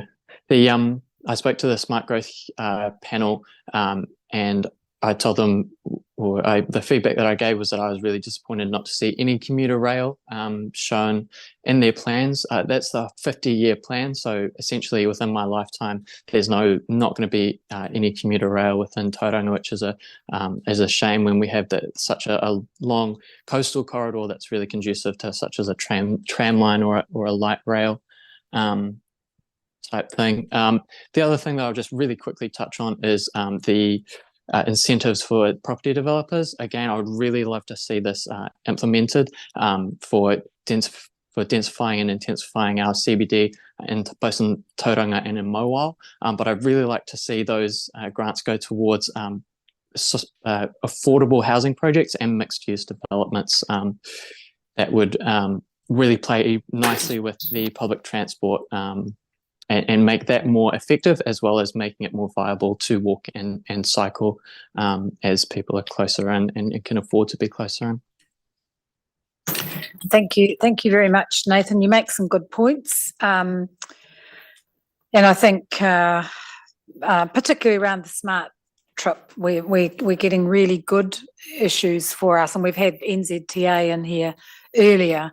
And we've said and they've looked at the submissions too. So some of the points that you're raising, we've indicated we want to continue having those discussions, because whilst they might sound good, there is the possibility that they will disincentivize the wrong people and the people who can least afford it. And we've also talked briefly with some of our regional council colleagues who manage the public transport system, and indicated to them that we will be sharing some of the submissions that we've had talking about public transport services here in Tauranga with them, so that they can get a good feel for where the public's thinking is around public transport and the lack of it. So thank you very much. Really appreciate you coming on board and giving us your thoughts. Tēnā koutou. Thank you very much. Thank you. Okay.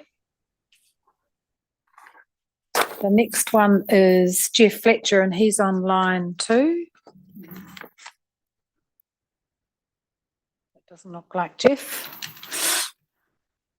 Doesn't look anything like Jeff. Oh, there's Jeff. Right. Okay. Can you hear me?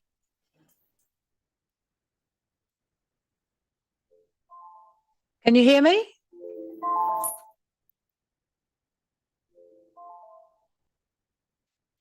Have we got sound? Jeff, can you hear me? I think you're on mute. Yep. Thank you. My apologies. Right. That's all right. Okay, so Jeff, you've got sort of 10 minutes between the two, haven't you? You've got Tumu Kaituna 14 and then Ford Land Holdings, is that right? That's so exactly however right. you Thank want to split that up, we're in your hands. Thank you very much, Madam Chair. It'll be the same submission for both Tumu Kaituna 14 Trust and Ford Land Holdings, so they won't be split. And with me today online is Malcolm Short, the chair of Tumu Kaituna 14 Trust, Jeff Ford, the chairman of Ford Land Holdings, and also Scott Adams, as you've heard from him earlier today from Caris, who's a key part of the wider Te Tumu Landowners Group. So thank you very much for the opportunity to talk to you about our submissions, about the Ford Land and Tumu Kaituna 14 Trust submissions on the draft long-term plan. Just want to cover in my introduction 2 items. Firstly, the opportunity that Te Tumu presents, and secondly, water services, which is a changing area, obviously, for you in putting together the final plan. So firstly, with regard to the opportunity, as for our submissions, the Te Tumu urban growth area is a priority urban growth area for the region, and is unique in that it has 3 main land interests working together with Tauranga City Council to progress a plan change to deliver 6,000 much needed houses for the region, as well as providing housing for the Tumu Kaituna 14 Trust beneficial owners and their whānau. In this regard, Tumu Kaituna 14, Ford Land Holdings and Caris have, together with Tauranga City staff, recommenced the Te Tumu Plan Change program this year, and are focused and committed on getting a plan change for Te Tumu prepared and notified as soon as possible. Having the plan change notified and going through the regulatory processes is critical to enable infrastructure funding discussions to be undertaken with government. Until the plan change is notified, there is little basis for these important discussions. With regard to water services, since the long-term plan submissions closed, and as publicly advised by Council, with regard to the long-term plan, the government has announced its new direction for water services delivery, which includes the imminent repeal of the existing waters legislation on which the LTP was based, and the LTP, as notified only had water's expenditure for the first 2 years. So with this change, we understand Council is now going to be including Three Waters capital expenditure and operational expenditure for years 3 to 10 in the long-term plan. In this regard, the landowners seek that the Three Waters network infrastructure necessary for Tutumu be included in the final LTP. However, should you decide not to include all the Three Waters network infrastructure necessary for Tutumu in the LTP due to council balance sheet constraints, we request that the Three Waters network infrastructure projects for Tutumu that are unfunded in the LTP are itemised in the LTP so that they can firstly be included in a proposed city deal between Tauranga City and the government, and or be picked up by the government's new local waters well done proposal. We believe that's critical because the LTP provides that signal to what is needed, and with the commitment by the landowners to progress the plan change, we believe that provides a very important bookmark within the long-term plan for future discussions on funding. So that finishes my my presentation. I'll hand over to Malcolm Short and Jeff Ford to make a few comments within our allotted time period.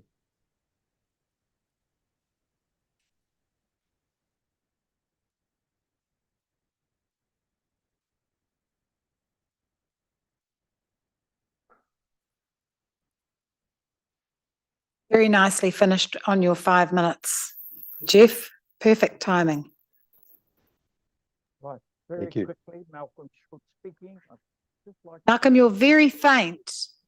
Can we get the volume up? On maximum. How's that? How's that? Little better. It's still quite faint. Okay. Got any more? That's at 100. Oh, okay. All right. Well, we'll listen carefully. Okay. Just very quickly. Yeah, it's where your mic is, I think. I'd just like to comment on an article from the Bay of Plenty Times. Headline saying the Tauranga housing shortage. The delay at Tutumu development is critical to plug the gap. Those are fine opening lines and I totally support it. And also our submission as presented, totally supporting that. So I'll now hand over to Jeff Ford. Okay, thank you. Jeff, you're on mute.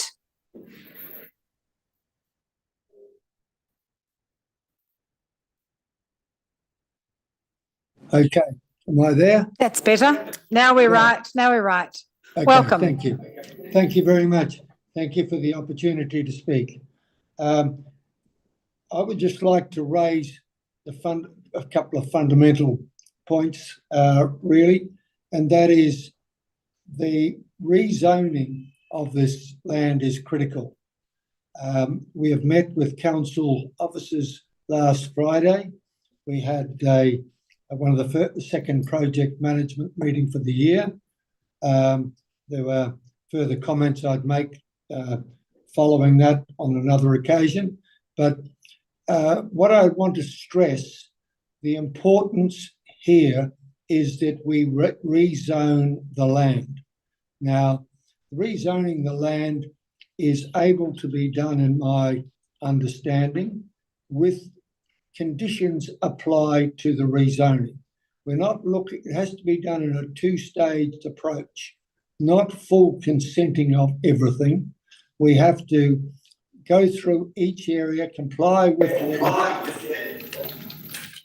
Sorry? That's all right. No, that's all right. Just a bit loud here. What, I'm loud, or was it? No, you're right. No, you keep going. Okay, right. You keep going. It's our end.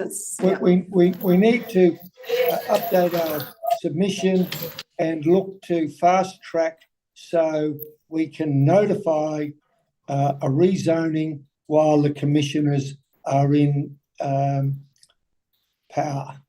And this can be done, but it will require some active and accelerated processing to achieve this. But it is important that it's done, because without the rezoning, we have a number of issues that the Minister will look at this project and looking to provide funding that zoned land. Now, considering this has been going on since 2017, when the relationship agreement was signed, we haven't made a lot of progress. So I would like to ask that the Commission reinforce to the staff, consider the reports that they've received so far, look at how these can be updated. Rather distracting, all that noise there, Mr. Chairman, and see how we can actively have this notified while you are still as the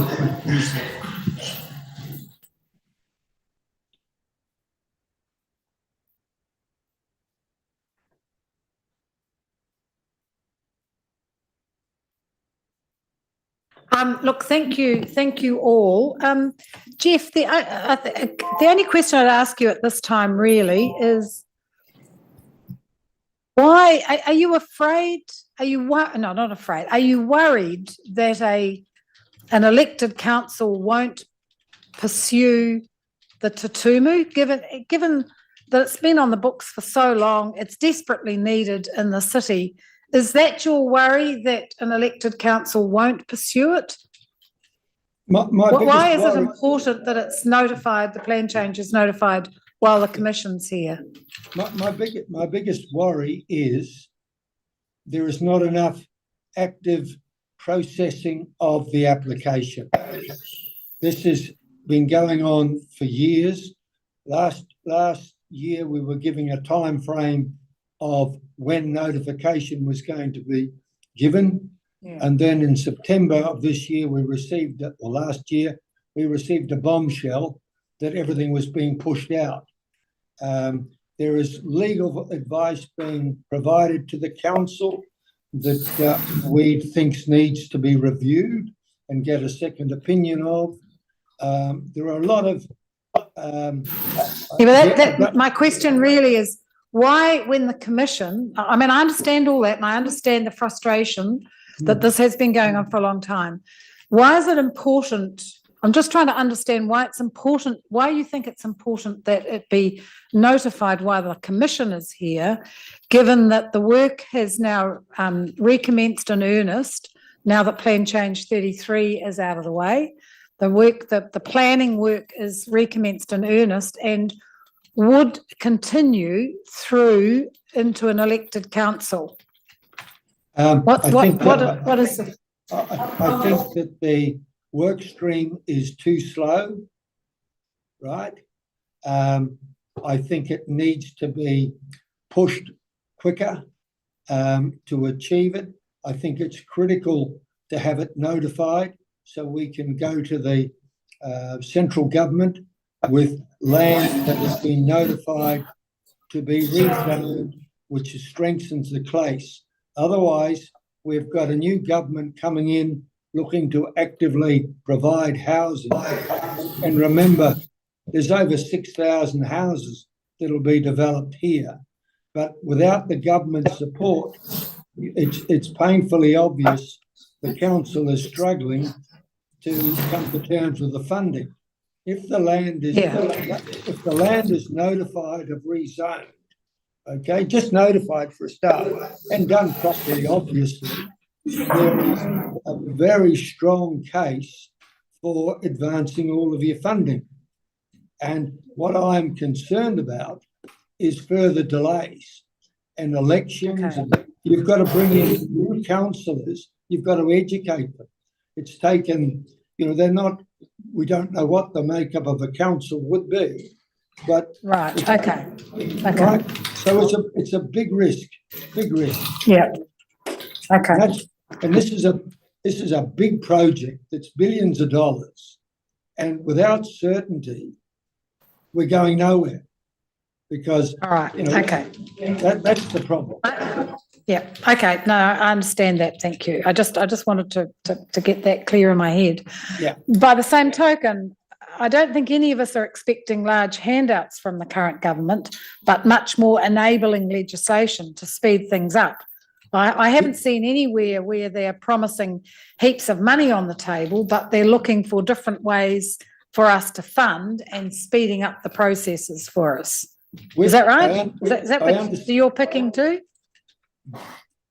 It's not only about so far as picking up money. Until you've got certainty, we as developers and landowners can do nothing, because all we've got is land that we can't go along and talk to our friendly financiers and say, we want some money to do this. And they'll say, what do you want to do? Build some more cattle yards? Yep. No, I understand. But the key to it is we've got to get access first before anyone can develop it, don't we? No, access can be conditioned for the rezoning, and we can work through the access, but it's all a process of time. It is a process. So, yeah, so we've got to get the first lot done, and it can be consented with conditions like subject to the access being finalised, etc. And all right, that's yep. Thank you. Have anyone got any questions? Another question. Have it recorded. And I should have done it at the beginning of the hearing in terms of I'm on the Smart Growth Hearings panel. So I just need that noted and recorded in the minutes. Yeah. All right. Look, thank you, gentlemen. I'm pleased that you've had your first meeting with staff. I understand we're appointing an independent mediator to chair the proceedings from now on. Is that right? Yes. I think, Madam Chair, that will depend on his availability, because so far there seems to be difficulties in confirming his availability. Okay, but the idea that we have an independent person chair it to keep everything going along at pace, overseeing it, who you're comfortable with, I think is quite important. But the critical thing was that you started talking again this year, because we met at the end of last year and said we would set up this project meeting on a regular basis. So it's good to hear that's happened. Yes, but I think it needs to be accelerated. Okay, all right, get that message. Okay, thank you very much. I think we're done. We're done. Does Scott Adams want to add anything? Madam Chair, just very quickly, we need more than a mediator. We need someone who's going to aggressively drive the plan change forward to notification with a skill base to explore all options existing or coming out of the 100-day plan or anything else to push this forward. Because like Jeff and Malcolm have said, we've been here for too long and we've got to move it to the next stage. Thank you. Okay, thank you. We get that message. But our role is to protect the ratepayers. I understand where you're coming from. Our role is to protect our ratepayers.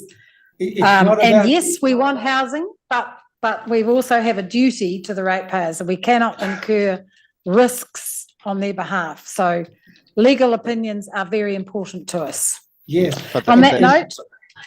But I'd just like to add, perhaps we need more than one legal opinion. Well, that's up to the council to decide, Jeff. I'm sorry, you're most welcome to get your legal opinion, but we have a duty to our ratepayers. Anyway, this isn't the place to have that conversation. So I think, given that it's in public, so I think I'm going to close that now. Thank you for your submission, and we will talk further. Thank you for accommodating us. It's much appreciated. Thank you. Cheers. Cheers.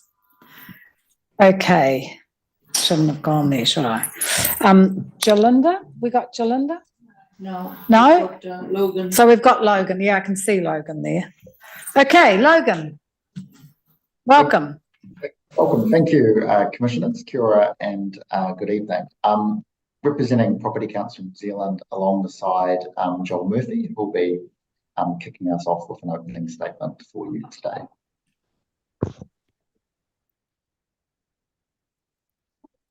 You're on mute. It's the phrase of the century. There we go. Hopefully that's better. That's better. Thank you. Apologies. And thank you very much for having us this evening, Commissioners. We appreciate it's probably been a very long day for you guys, so hopefully we'll make this as painless for you as possible. My name's Joel Murphy and I'm a member of the Property Council Council's Central Committee. With me is Logan Rainey from the Council Advocacy Team. It was great to hear before you said that you're here to protect the ratepayers, because probably that's one of the key things we want to talk about. As you're aware, property is the largest industry in the Bay of Plenty, and the Property Council champions the property sector, representing 67 members of the Bay of Plenty wide. Just the first kick off with, we've acknowledged there's been some huge challenges for the city, and we appreciate everything you guys have done to accommodate that and work towards a better outcome.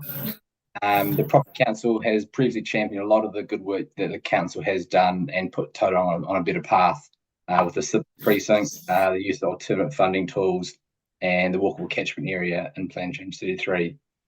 The council's been basically in favour of a preferred approach to the community stadium, and we welcome the investigation to the smart trip roading pricing. However, today, one thing we really want to focus on, which we have genuine concerns about, is the rating differentials in Tauranga, which I suspect may not come as a great surprise to you. We believe that these changes to the rating differentials will set the progress for Tauranga back to for years. Just in terms of the first point, just if we jump straight to the industrial rating category, we strongly oppose separating the industrial and the commercial buildings from a rating point of view. Correct me if I'm wrong, but I understand this is sort of a new precedent within New Zealand, and not that the Property Council is against bold decisions. This is probably one that we think has detrimental effects to the city. It adds a level of complexity to an already complex rating system, which will lead to inevitably inequitable and unfair outcomes across the city. And as you mentioned before, we're here to protect ratepayers. This is what I think is one thing that really needs to be covered across the board. In terms of the well, I guess as council, we believe that the industrial properties are not paying what is an unfair share of placing disproportionate amount across the council infrastructure. We think that there's a real possibility of double dipping. Industrial property already pay AFF Act levy for transport systems, pay road tolls, central government taxes. So by asking them to do it again, we see there's a double dipping in terms of the transport proposed industrial rating system. This change we don't believe is supported by technical assessment, and believe that there is no evidence that industrial properties disproportionately impact the infrastructure, such as the wastewater and roading. If we quickly just jump to our last and second point is really just the higher the rating differentials. We're somewhat disappointed to see council again proposing this. This has been repeated and provides significant damage to the differentials in recent years. Businesses are dealing with what we can see, and you'll see in the township, there's external pressure with inflation and labour shortages. And what we see is this just being passed down back to the businesses and the tenants, which is inevitably what council isn't wanting to do and trying to avoid. We're aware of the numerous businesses across Tauranga that have had staggering increases rates because of the successive increases in rating differentials. And that I think with some of the facts we're along the lines of, it's gone from 156,000 now looking like they'll be paying up to 600,000. We just can't see how that's fair on the businesses in the long-term plan. So lastly, just overall, our comment is really just when we asked two questions is, will passing high costs onto the commercial industrial answer the promotion of Tauranga as a vibrant place to work and shop? They look to go inland with the Waikato, which is not what we want. Will the higher costs encourage much investment and development across the city, which we want? And again, we can't see that answer being yes. We see that as a sadly no. Instead of continuing down this path, we recommend that the council commence a stage reduction at the rating differentials until they're either removed or reduced. And really, in summing up, we'd like to thank you for listening to us and happy to answer any questions you've got, but really wanted to focus on those 2 points today. Thank you very much. I mean, I think there's a couple of issues that you've raised. I've just checked with the Chief Executive, but I have to say to you, I'm really surprised that you are promoting putting all the cost back on the residential ratepayer. When we came here, the differential, I mean, it's not a complicated rating system at all. We've got a differential for residential and a differential for commercial. And now we're proposing a third differential for industrial. So that's not complicated, and I don't think that's unusual. And quite honestly, if we compare ourselves with somewhere like Hamilton, our commercial rate is still lower.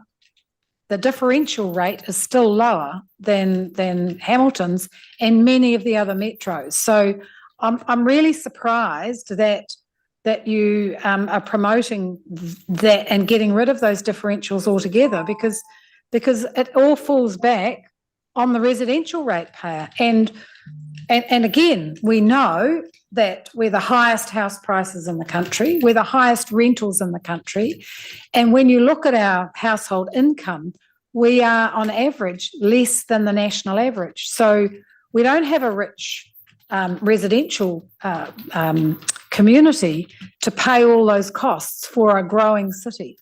So I must say that I was really surprised by your submission, and that's obviously been picked up by a number of the businesses around town, because we've had it copy and pasted right through the submission process, particularly around getting rid of the differentials at all. And in fact, over the last 2 years, we've had really good support from the commercial sector, accepting that they have a greater role to play in shouldering some of the costs for the community. So that's sort of took me by surprise. That would be my comment. I don't know, I'm looking at my colleagues. Stephen wants to ask a question, I think. Yeah, well, it's not so much a question either, Joel, but one of the challenges that we've got is that we've had to increase rates significantly in the city for the infrastructural catch-up. The more that burden falls on residential ratepayers, the lower the social license we have to be able to invest to support industry and growth. I mean, that's the fundamental, that's what drove, I think, in the Tauranga situation prior to us coming, the pressure to keep rates lower for residential ratepayers drove decades of underinvestment, which has cost us dearly as a city. So what we're trying to do is redress that balance. And I understand the concerns about rising costs, but we're doing it in the context of still being lower than most metros in the country in terms of our differential, and reinvesting in the infrastructure that will increase over time the productivity of the industrial sector and the commercial sector. So, I mean, there's a double-edged sword here that we need to be very clear about. So, more a comment, Joel, than a question. But I think these are the issues that we have to balance. Yeah, and I appreciate that we've come into a position whereas fundamentally so far behind the eight ball, it's not funny. So you completely appreciate that part of it. Logan, if you want to chime in with that. Yeah, no, happy to, Joel. I guess maybe as a starting point from where the sector sees it, is you're entirely correct, Commissioners. Our sector and indeed the wider business industry, as in our words, we've championed a lot of the good work and the investment that has taken place in the last few years. And I think you're correct in saying that there has been a willingness to make that contribution. I guess maybe the point of difference this time is just the structure of how that contribution looks. If we look at transport, for instance, which I know is a big focus around some of the differential changes, we'd argue that in many cases, industrial properties already making a very solid contribution, be that through IFF levies for the transport system plan, which I've noted is at a 50-50 capital share between residential and non-residential. So like residential, like 80% of capital value, central government taxes, road tolls, and for instance. So I guess the premise would be a willingness to make a contribution, almost a keenness to make that contribution, but just concerns around this time or this proposals have been structured. I think, I'm sorry, I just stopped you there, but I think you're right. And I will ask about the TSP because I think that's a good point to raise. But I'd have to say, people don't realise from the outside just how much resource that TCC puts into the state highway system. So any of the plans we're involved, the construction might be done by central government, but there's a long process that goes through that is huge resource that is put in by TCC, and even Hewlett's Hull Tortora, with the latest update, there's a whole lot of work that TCC has to fund first before the state highway bit is put in, and it's much the same with State Highway 29. So yeah, I understand the argument. We pay our road taxes and our road. Understand that. So do we. But I think your point around the TSP is a good one to raise, and I've made a note to talk to Paul about that, to make sure that when we structure this, that we're not double dipping, because the basis for that industrial rate has been largely based upon the transport system and the heavier use, if you like, of industry of the roading system. So we do want to make sure that we get that structure right. Sorry, I interrupted you, Logan. Oh, no, perfectly fine. I was just going to have a concluding comment to my previous point was you'll also note in our submission we came out quite strongly in favour of the use of alternative funding tools. For a range of services, which could include transport, for instance, targeted rates, private partnership, or additional use of special purpose vehicles. Maybe an overarching theme is it's not a willingness not to pay our share, it's just maybe that there are different funding tools we could make use here. But I really appreciate that offer to relook into the transport system plan. We'd be really keen to hear how that conversation goes in the future. Yep. I think it's a very good point. Anything else from? All right. Look, thank you very much. And I think you did ask to come and have a wider conversation with the Commission. We're happy to do that. Once we get through this long-term plan, we've got 3 days of hearings, so we get through that, and we can lift our heads up a bit, and we're happy to have a broader conversation with you about some of the other issues that you're interested in. Well, I appreciate that, Commissioners. Follow up with you in that regard. Thank you. Thanks very much. Thank you very much. Thank you. Okay, so that brings to a conclusion today's meeting. So we adjourn today's meeting, and we will reconvene at 1 o'clock tomorrow, Tuesday, the 13th of February. Thank you very much.